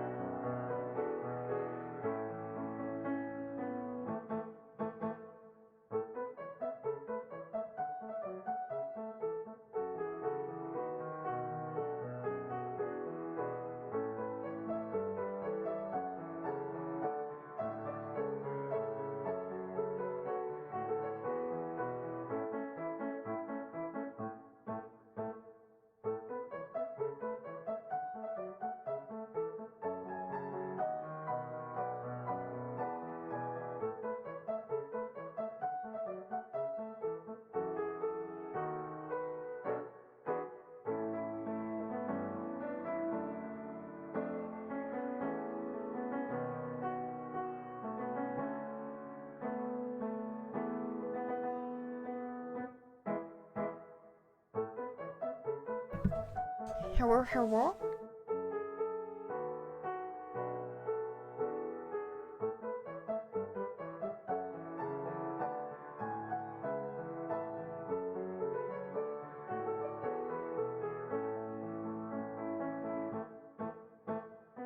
Oh, weird.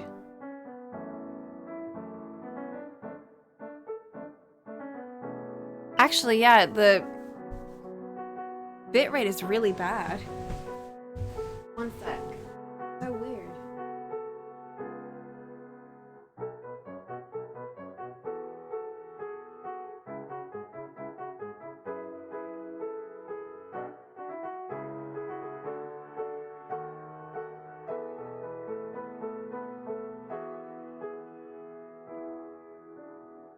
Or at least my bandwidth is.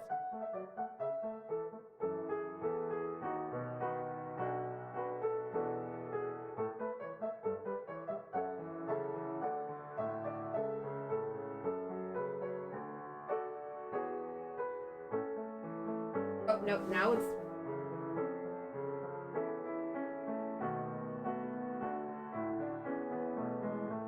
Hello?